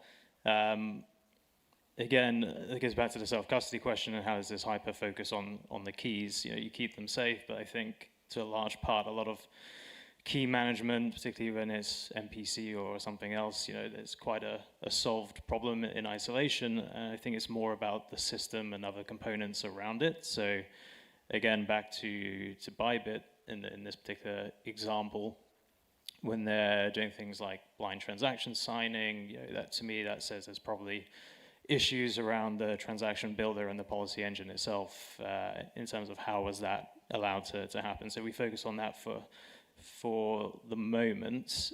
Again, any transaction you create, if you want to have like an intent-based representation of I want to send 100 of X from A to B, that's kind of the abstraction of what you should be modeling into a solution, which can then work in many different chains or many different use cases. And you want to make sure that policy engine, which effectively is your access rules or transfer rules, which are kind of the brains of the wallet in deciding how do things get moved, as we said previously, how your keys get used or abused. So I think you can think about how those are structured, and you need a solution that creates transactions natively as well, not relying again on extreme third-party inputs for security critical things. You should be able to create that transaction within the product and not just receive something for signing and kind of take it as gospel truth because maybe you think it was a reputable source. So that's a little bit on the blind signing, and maybe just to finish off, it is kind of crazy when we think about how people in our industry are signing things without fully understanding the contents of what they're signing. So a policy engine should safeguard you against that if it's well formed. It should be default deny. You'd have to explicitly create various flows, and it should be able to give you a very different output to someone who's doing a contract update and potentially doing some malicious things. That's very different to a very routine business as usual top up of funds from cold to hot, for example. So those should go through very different workflows when the policy engine is well formed. Then on the front end security side of things, yeah, I think this is kind of going back to the trusted display and where a lot of the focus is probably on the security side today, or should be in some regards. We have concepts of things like secure software factories, and I think those principles around managing everything around source code and build pipelines and deployments and how you can have zero trust throughout the different processes that are involved in those key areas. I think that's become more and more a topic of discussion rather than just some simple, I don't know, I checked a URL or something along those lines, which we try to do with our company as well. For example, just back to the point of how could this be mitigated, you can sign releases and people can use those, or you can build from source. So we give, and we'll probably get into open source soon enough, so I won't labor the point too much, but yeah, having access to the code base definitely does help, where you can verify things before you put it into production. Again, a lot of black box based solutions out there which say, trust me, I'm a security expert, whatever that means, and sometimes the assessment doesn't go too much further than that. And yeah, we'll have close to 1 minute, I think now, so the debate is very short. But I think something that maybe we can tackle in 30 seconds each. How do you see the economic incentives of creating those systems? I mean, if we start, for example, from open source, how do we bring an open source system to the kind of quality that you described? Sure, yeah, so I'll carry on where I left off. On the open source very quickly. So we're not an open source product, but we're source available, which is kind of as close as you can get. As far as conferring certain things, you have read-only access, you can do minor edits to the code base and all of that. Again, part of that is transparency, it's security. You don't have to trust our audit reports, and however they might be scoped or formed. You can do everything independently, which is great. But at the end of the day, we're also running a business, and we want to make sure people are not taking derivatives of our work and monetizing them separately. So we have to be cognizant of that. That's one kind of known pain point, perhaps, of the commercial model. Maybe letting some. And I will take the 16 remaining seconds. So first of all, I think, yeah, open source is a no-brainer. I mean, it's not a question, so that should be principle number one, because you want to have transparency and people should be able to know what they are using. No, I do believe that you can monetize if you provide a layer on top of that and you provide most value to the user. And if for some reason your product is not providing value to the user, they should be free to go and use some other software. But the core component, the secure component, should be 100% open source. And that's, again, what we've always done at Argent and Ready, is making sure everything that's on blockchain, every single smart contract is audited and open sourced. And then we provide a thin layer, which is the application, the mobile application. That's a UX front-end component. And on this one, we can monetize, for example, on swap, on transaction, and things like that. But because we are providing value to the user. And if they don't like that value, they should use another software. Thank you. So sorry to interrupt. I mean, those debates are very short, I know, but it was interesting, and I hope. Friendly. Yeah, and I hope you know. Well, I hope you have made your opinion about who should do. I mean, self-custody. Well, I'm a bit biased again, but let's look at the votes from the public. Who has been winning? Well, I think Julien is the winner for that one. Congrats. For the back next year then. Yeah, probably for the third year it's in a row. Like this television year, if you win, you stay. Got to start questioning these voting systems, I think. Please shake hands. And yeah, for our next debate, I'm going to invite our new moderator to the stage. So Christina, please join. And Yeah, let's go. I need some debaters, ideally.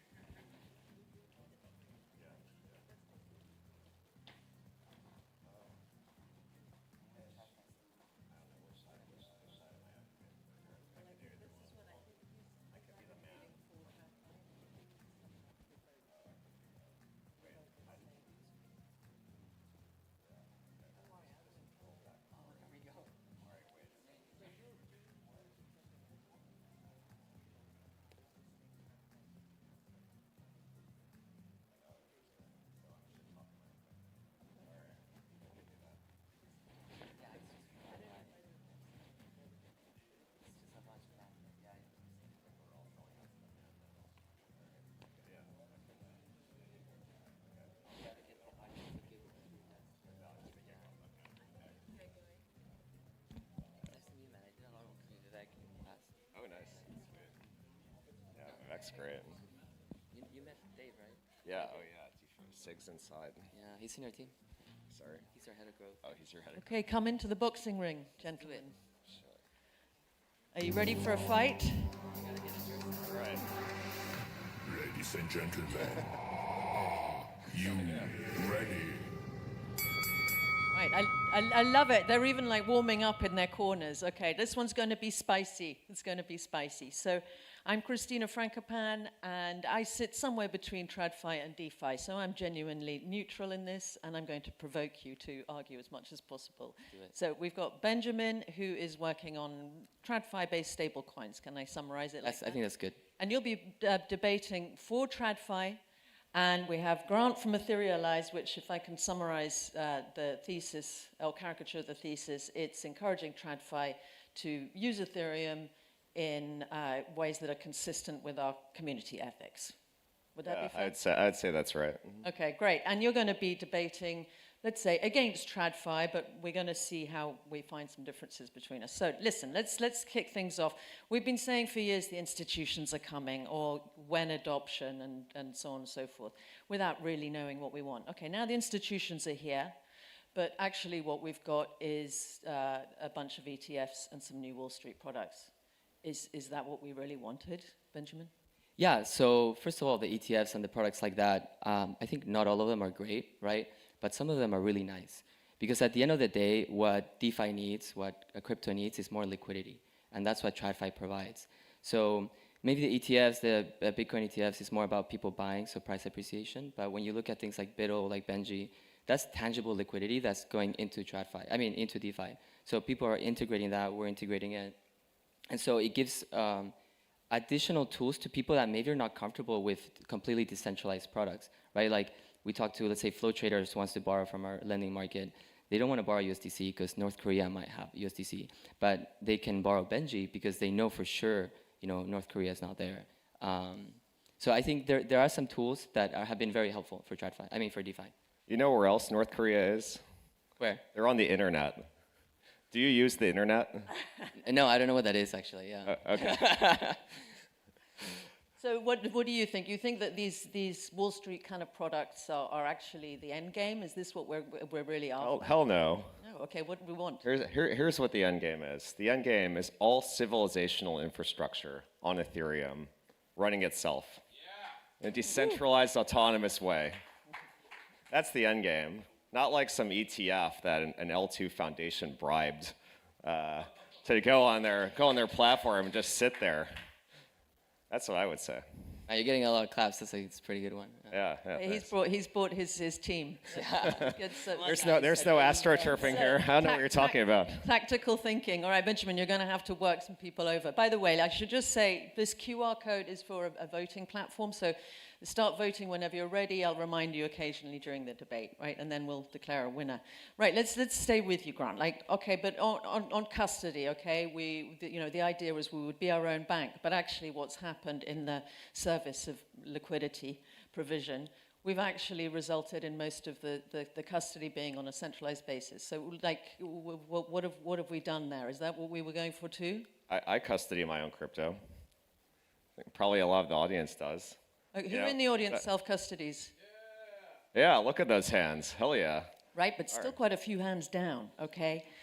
So, but having listened to the debate we just had, I don't want to spend too much on custody, but still, most of it is in centralized custodial resources. Is that how are we going to stay true to our values, which is after all your mission, of staying your own bank while allowing TradFi to come into the party? Well, some people, they'll use centralized custodians and then, maybe they'll get rugged and then they'll learn their lesson.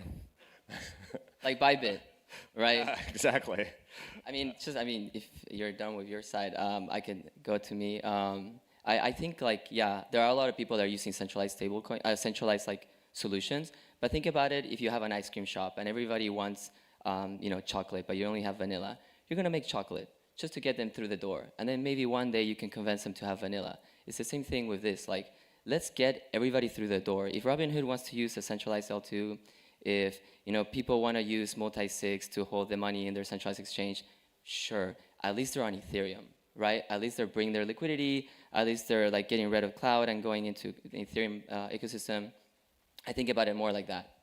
Yeah, I mean, vanilla vanilla in financial services when we've got an audience of degenerates is again, maybe, arguably not appealing, but nonetheless, I take your point. Let's stay on that and stick with that stable coins right now, so that it's an analogous thing that has happened is, in terms of being your own bank, actually what we've got is Circle is basically a bank and delivering yield on its stable coin and not passing any of that on, right? That's basically what it is, okay? And we've got our native decentralized stable coins that have kind of fallen behind in the race, DAI, Go, whatever we want, okay? Forget the algo ones.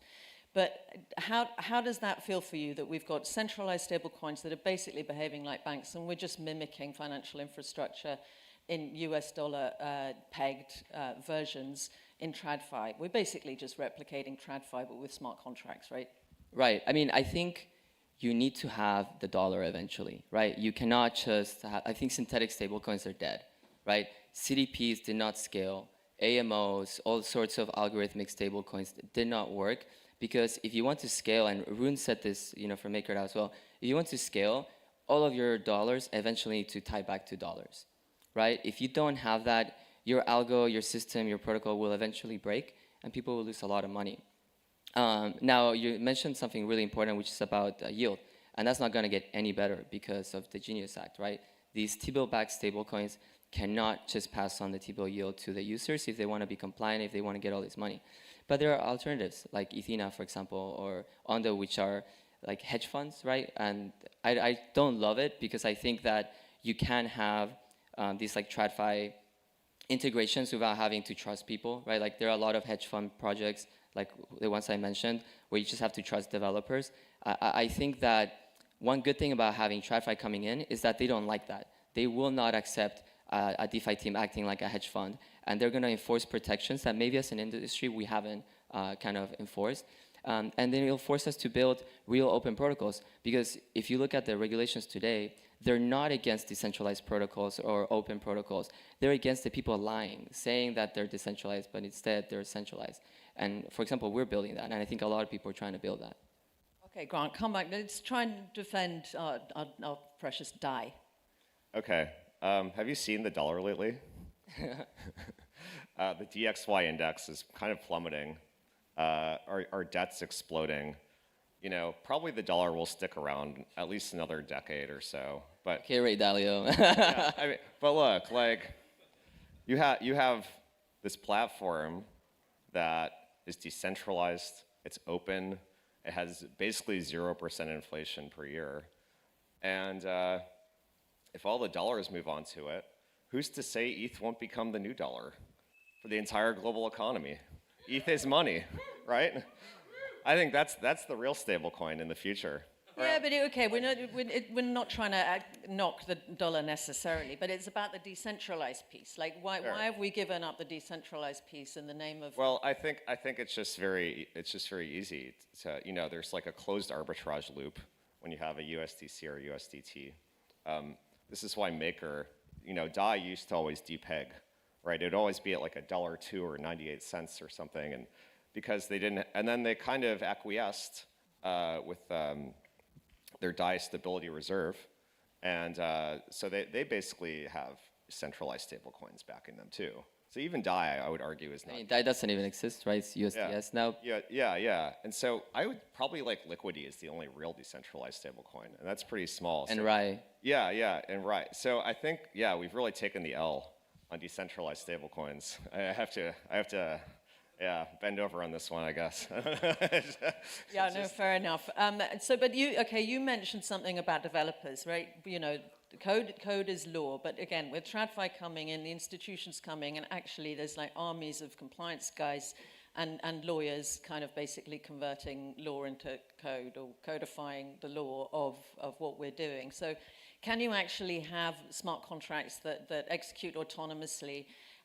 Or do you have to pick the regulatory path, or are they not mutually exclusive? Is it fine that we've got these armies of lawyers scrutinizing our smart contracts and we can't just let them run free in the world? Yeah, well, I think we actually have something that we don't think we have. Like, we have centralized systems that are now finally regulated, which is great. And then we have lies, right? Like decentralized protocols that say they're decentralized, but really they're like a team with a multi-sig. And that's based in the Bahamas or the Cayman Islands. And like, if they lose your money, you're screwed. Like, you're done. Like, you're not getting your money back. And so I think that the TradFi people would love decentralized, fully autonomous contracts, because there are no international bodies that can protect investors cross borders, especially with how globalization is going the wrong way right now. That's right. And so if you're my point here. But, going. But I think this is where actually TradFi likes open protocols. It's not the case that the TradFi people will say code is not law. Actually, I think the TradFi people are pushing us towards autonomous protocols because they want guarantees, they want immutability, and that's way better than what law can provide. Because law, you have to pay lawyers to go to court, and you may get some money back in recovery, but with contracts, I mean, there's no discussing with a contract. So maybe this is a point where TradFi I have agrees. to disagree on that one. TradFi definitely doesn't want us to be autonomous. They want their control. You know, they want to have their revocation functions, their freezing functions. They want to keep their transfer agents. You know, the banks like being banks. They don't want to be disintermediated. So I think they're kind of, they see the opportunity in crypto, they see the profits, but I think some of them also know it's their doom. Well, that's what people might think, but like, especially after the elections, we saw a shift, right? Like, if you look at our cap tables, only TradFi, Franklin, IMC, SIG, these guys are all using our protocol. We don't have any legal agreements with them. We don't like have any sort of like off-chain relationship, but they're using our protocol. They are abiding by the law of our code. And they're the largest institutions in the world. So I think in practice, this is actually happening, that people are adopting the code. Well, there's still a lot of ambiguous space, I think. Some of you might know the EU is considering regulating smart contracts directly, which I don't know how they're going to do that, but it's... and GMI. Yeah, I mean, well, Europe we're not regulates touching the bottle EU for a while. caps, and I think... But let's move on. Since you mentioned capital, the other thing that's happening is, investment capital is coming into this space. And actually, if you really look at DAOs, I'll go with you, Grant, okay? If we really look at DAOs, the investment money that has come into them is generally pretty concentrated, and quite increasingly, a lot of that is concentrated in institutional hands, whether strategic or VC or investment money from TradFi. Do we have a problem with that, the capture of governance as well in DAOs from TradFi? I think almost every DAO is a LARP. Yes. You're on the debating that... Oh, sorry. Supposed to say decentralization. Oh, yeah, sorry. Gentle reminder. By the way, don't forget to vote, guys. The QR code's up there. Yeah. The delegates are great. I don't know. I don't think capital concentration is bad either. But... So the DAO dreams are dead. We're doing great, guys. No. It's not dead. Well. Like, I mean, what's the difference between BlackRock putting $1 billion into Aave and Justin's son? I'll take BlackRock. I love you, Justin, but No, I completely agree with that. Yeah. I think we already centralized in capital because it's about how many people are here. If you have 100,000 centralized users using you, you're more decentralized than if you have one self-custody user, right? Yeah, this is like a boxing debate where you're like hugging in the ring. It's not like what we caressing and slapping at the same time. All right, get back in your corner.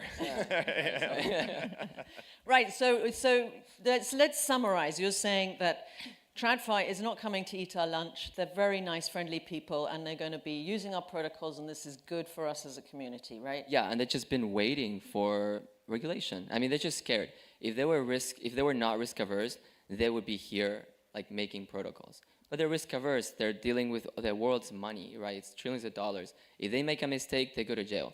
If our people make a mistake, they go hide in Dubai, right? Yeah, they go to jail. It's like it's a different level of consequence. So, but I think they generally want this. Like they are maybe the SEC people that got fired recently don't want it, but most people want it. All right, Grant, do you really think that TradFi is coming in and they're not just basically using us as a technology upgrade for their crappy underlying? Oh, they totally want to do that. Absolutely. Yeah, and I think, but you know what? ETH is going to win. Like, it's a little like what people say about AI. It's going to spit out gold before it, paper clips all of us.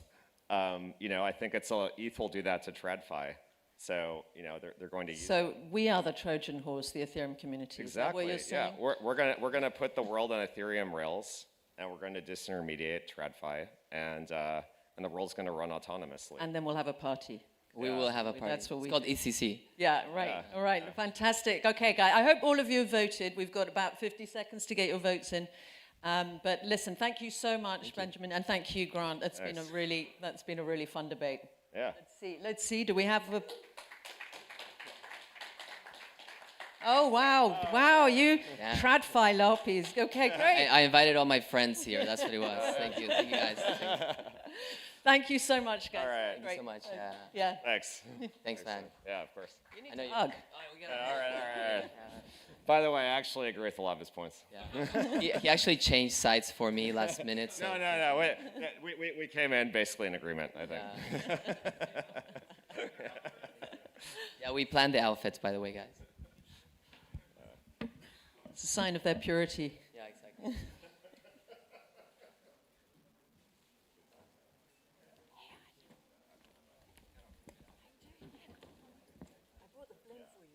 Oh, you did?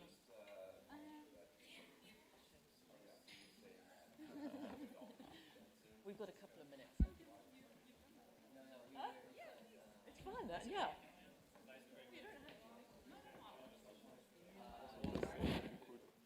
Manage to close the stage if you can't make it back. Say that again, sorry. She Oh, can't come back. If you don't come back, she won't. This is the last one, right? Close the stage. Yeah. Okay, we've got. Oh yeah, because of the last one. Next.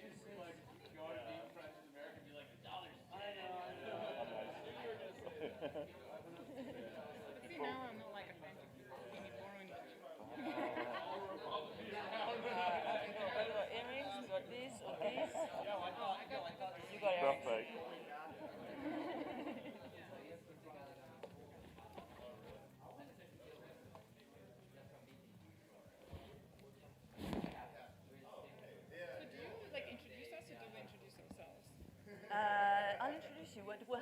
very briefly. How do you... Okay.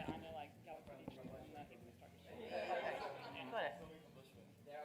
How do I introduce you? Nicolas, co-founder of Ledger, that's good. I mean, and now running ZK if you want, but yeah. Yeah, ZK Good to remember the name of the company from time to time. ZK? ZK Nox. ZK-NOX. Okay, yeah, okay. Yeah. Or like, yeah, ZK and cryptography and privacy, so yeah, that's good.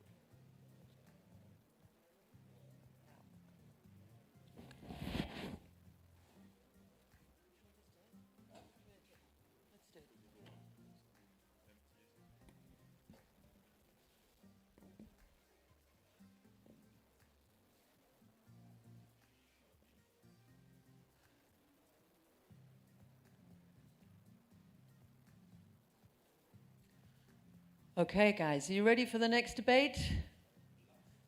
And the last debate, the last one we saved the best for last.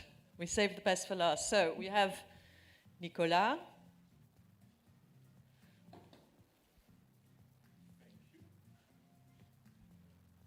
Happy to be back. And Anya. Hi, everybody. Okay, come in. Oh shit, I lost my bling already. Yes, I can. Okay, we're kicked off. Are you warmed up, guys? Yes, we're right, ready.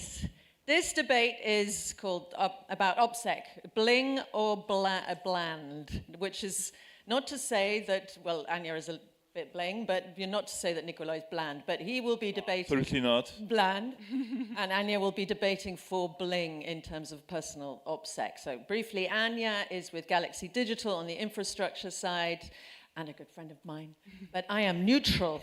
Nicolas is also a good friend of mine and needs a little introduction for those of you who've been here all morning. He is co-founder of Ledger and now with ZK Nox, whose name should give you some suggestion of what it's all about, okay?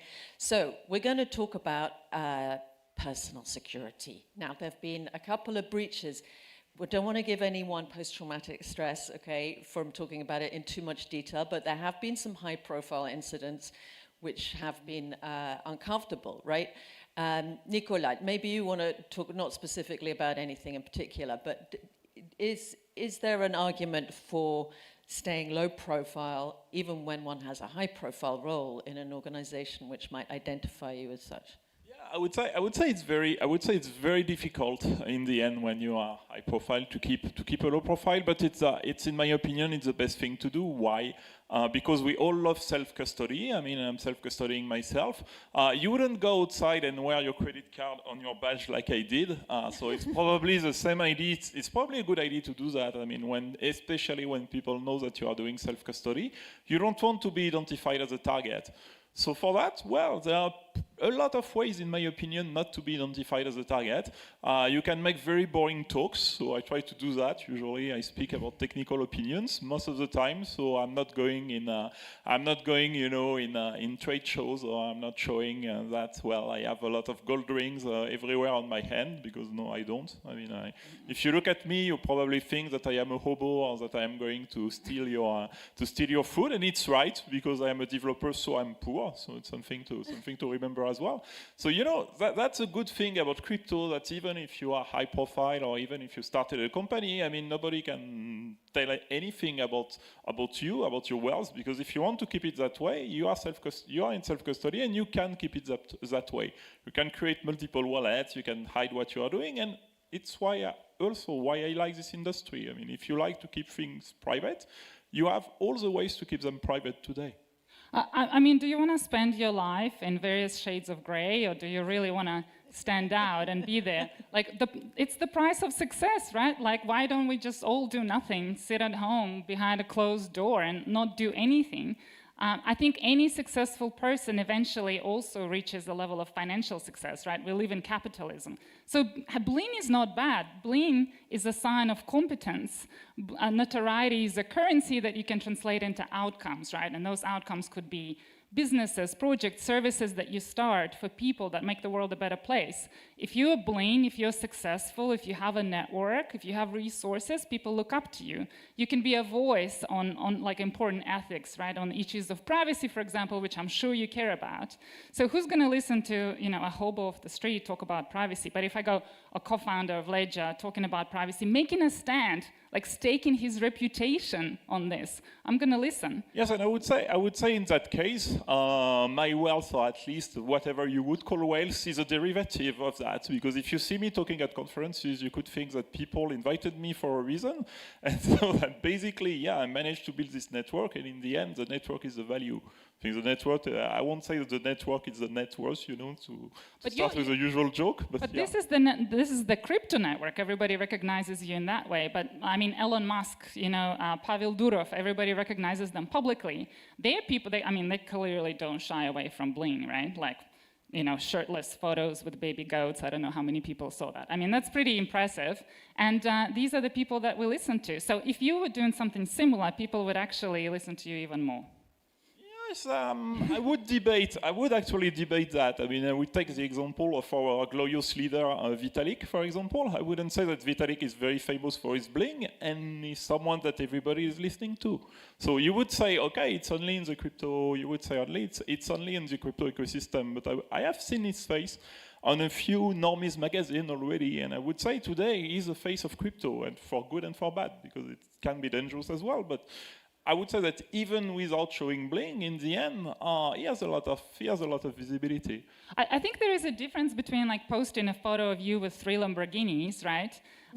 That's not necessarily making you a target. What makes you a target if you do like a screenshot of your addresses and your balances, which I've actually seen a guy do on a webinar. Genius. So like, don't do anything stupid, right? Don't go like, oh, this is me, this is my live location, here's my nano ledger, here's my Lamborghini, this is how I store my private keys. Like this is, I think bling is about show of success, which can actually draw a community together. I think it's the mistakes around how you secure your crypto and what you do for access, that's what gets people unfortunately kidnapped. I think there's different aspects of bling, because there's the Lambo, there's the jewelry, there's the showy office, and of some of our acquaintances in Dubai might behave. But there's another aspect I think you're saying, which is about bling being visible. So it's not just about money, you know, because actually some of the most successful devs have never made a penny, and some of the least successful have made lots, you know, so who knows. But there's another aspect to the bling thing about being out, which is like, as a dev, you know, is it better to be an anon and keep that privacy? Which is the better way of building better community products in the end, in terms of visibility in this sense? Is it as an anon, or is it someone who gets out there, as say our glorious leader does, and speaks and advocates and shows leadership in terms of community development? In my opinion, while the most successful project of our community, of our very small world, has been built by an anon. If you look at Bitcoin, in the end, nobody knows who is Satoshi Nakamoto. But it's an exception that proves the rule. He's like the only guy who's done it. Everybody else, if you want to build product for enterprise, they want a face.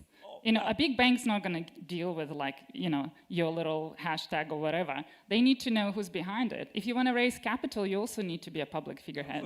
So I would say that's right, but it's a difference between the public face representing the project and the developers. In my opinion, you can have anonymous developers, and you can have people that put themselves in front of the project and advertise the project. And actually, it's what we see today in Bitcoin. I mean, nobody knows who Satoshi is, but you have a lot of identified figures who are pushing the protocol. I mean, you have Michael Saylor. I'm not a big fan of Michael Saylor, but still he's here and he's pushing the project, and you have other people. And so I think you can perfectly have 2 layers of that. I mean, the devs who are deving, I mean, and they are protected from a lot of things, I would say, not only from being harassed, but also from legal consequences. So typically today, if you want to build in privacy, for example, and you want to build in public, you are either very brave or very stupid, I'm not sure. But considering where the world is going, I think you have to take precautions. I mean, if you think that being anonymous as a developer protects you, that's not the case, really. You just walk down, you know, the beachfront, you can spot developers a mile away, right? They don't need to have any bling. It's like a t-shirt with the logo, with a little backpack, walking in groups of 3. Like, no bling required. I know exactly who you are. I know I probably should take your backpack with your laptop and your private keys. You don't exactly know what they do, and let's say if the only appearance, I mean, if the only way you have of knowing them is a PFP on Twitter, let's say, or just a name, I mean, that is not linked to any real identity, well, it's cool. I mean, you can try taking out every developer talking about Bitcoin, but yeah, you can't really do anything real about that. And yeah, I don't consider myself anonymous, so that's fine. Oh yeah, that was my next question. How come you have your real name up there? Well, Anya, doesn't have a point that, you know, actually you need some people who are taking a bit more of a back seat to be able to develop not in secret, but quietly, without having to have, say, the scrutiny of, let's say, emergent regulatory environments. If they're going to start regulating smart contracts tomorrow, and actually people just want to be building open source software discreetly, the best OPSEC strategy actually is sometimes to stay anon. Well, I think maybe that was the case in the past, but I think now we have a lot more regulatory certainty, right? So people, I mean, eventually it's going to come up with you. You can't stay anonymous forever. Maybe, you know, in the very early stage of a project that makes sense. Eventually you're going to have to talk to other people. You're going to have to talk to people that you're building this thing for to get feedback so that you get the best product out there. Yeah, but I don't know whether you agree, Nicola. I'm not sure whether Bitcoin could have happened unless Satoshi had been anonymous. Unless, you mean if he'd been a public figure from a personal security point of view, considering the radical nature of the project? Yeah, I don't think it could have happened, and I think it's part of the Bitcoin mystique. You know, I think it's something important as well, because knowing that nobody knows who Satoshi is super important in the Bitcoin story. So that's also why, in my opinion, it got successful, to show that something like this could happen. But do you think he should come out now and say who he is and help take this into a better future? Absolutely not. You may not be able to. I don't know, and I think I really think it's a way to build something. So it's just my opinion. Okay, let's go back to some practical stuff about OPSEC. Okay, so whether you're visible from a physical point of view, I mean, I kind of agree with you. If you come to Cannes and you know EthCC has happened, you can feel the concentration of nerds, you know, increasing as you get to the venue, right? But I mean, in terms of practical steps to protect oneself, there's obviously the custody aspect, but there's also just like general, you know, digital hygiene, you know, of people who use the internet or messaging systems. Like, what are the techniques that would be appropriate, or can one just think, it's fine, I'm going to keep using WhatsApp even though they're collecting all my metadata and Facebook and all the rest of that stuff? Or does one have to, is there a legitimate argument for being discreet in the name of OPSEC while still having a public presence on whatever, GitHub, LinkedIn? Yeah, you can totally combine both, right? Like, first thing is that you don't do anything stupid. Like, as I said, you don't you don't leak your address, phone number, your wallet addresses. You try to separate your public life and your actual crypto holdings. You don't talk about where you store your private key, who you use for that. But to be honest, I think even if people know exactly who you are, you gotta think about organized crime, right? They're not going to just go for somebody who took a picture of themselves on a yacht because they think, oh, that person has crypto, right? They're going to be, they need return on investment. Like orchestrating a kidnapping, for example, that's a big project. And if I put myself in the shoes of those people, not to at all validate, you know, it's a terrible crime. Maybe you have something to tell us? No, sorry. But I will be trying to verify that damn well I'm going to get return on my investment. So I would actually be purchasing databases online, going, okay, well, here's the top 100 Ethereum addresses. That guy definitely has money, and then working around that. That has nothing to do with bling. That has to do with information that's on the dark web. And then the most important thing is that you as a person don't have a single control and access to the funds of the company or your own funds. So even if something does happen, it's not you that just does like one transaction and all the funds get withdrawn, right? You say, oh no, I actually have, you know, I'm using an MPC, I'm using a multisig, I have policies set up. So actually there are other people in other countries and places that need to sign on that transaction. And as long as you can make that a compelling argument, like I'm talking about dire situation, right? Like someone is holding a gun to your head, then your funds are safe. Yeah, guys, don't forget to vote. We've only got a few minutes left. Doesn't she have a point, Nicolas, that if you make some sensible precautions, if you actually understand how custody works and you're using MPC, whatever it is, then you should be fine. You should be comfortable. You don't need to. I know plenty of devs who will have no social media presence and be slightly obsessive, not just for OPSEC reasons, but for privacy reasons, obviously. But are those contradictory? I mean, from what I have observed, so I think that the problem is that, well, you manage organized crime, and yeah, organized crime will do everything they can to find as much data as possible. So today what you want is avoid feeding them data, and that's pretty difficult, because with all the data breaches that you get, basically if you order something, if you do something, if people can just take, let's say, the list of people subscribed to, well, your electricity bill and whatever, they can find you. So the problem is that I think today you want to be as discreet as possible in the digital world, because everything you do can be a leak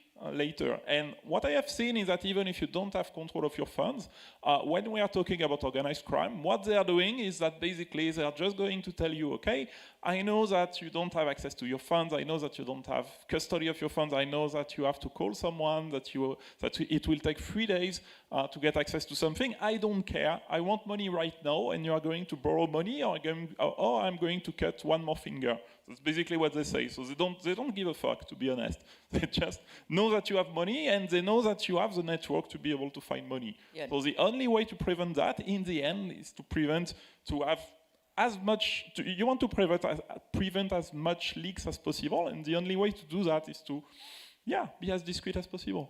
I don't know if any of you were in DevCon in Cancun in 2018 or whatever. There was a lot of people who didn't come. So there was a kind of 50-50 split with people who were too scared and staying at home, because of the personal OPSEC risks from organized crime. And those who were like, no, fuck it, I need to be with my people. And so it's a difficult balance. But and in the end, we had more incidents in Brussels, just saying. Yeah, lovely Brussels. Well, no, Cannes is a lot more sunny and hopefully safer. I think we're ready to take the vote up online. Thank you both so much for a great debate. Thank you. And so I'm voting for. No, sorry, I'm not voting for me. And no one is bland here.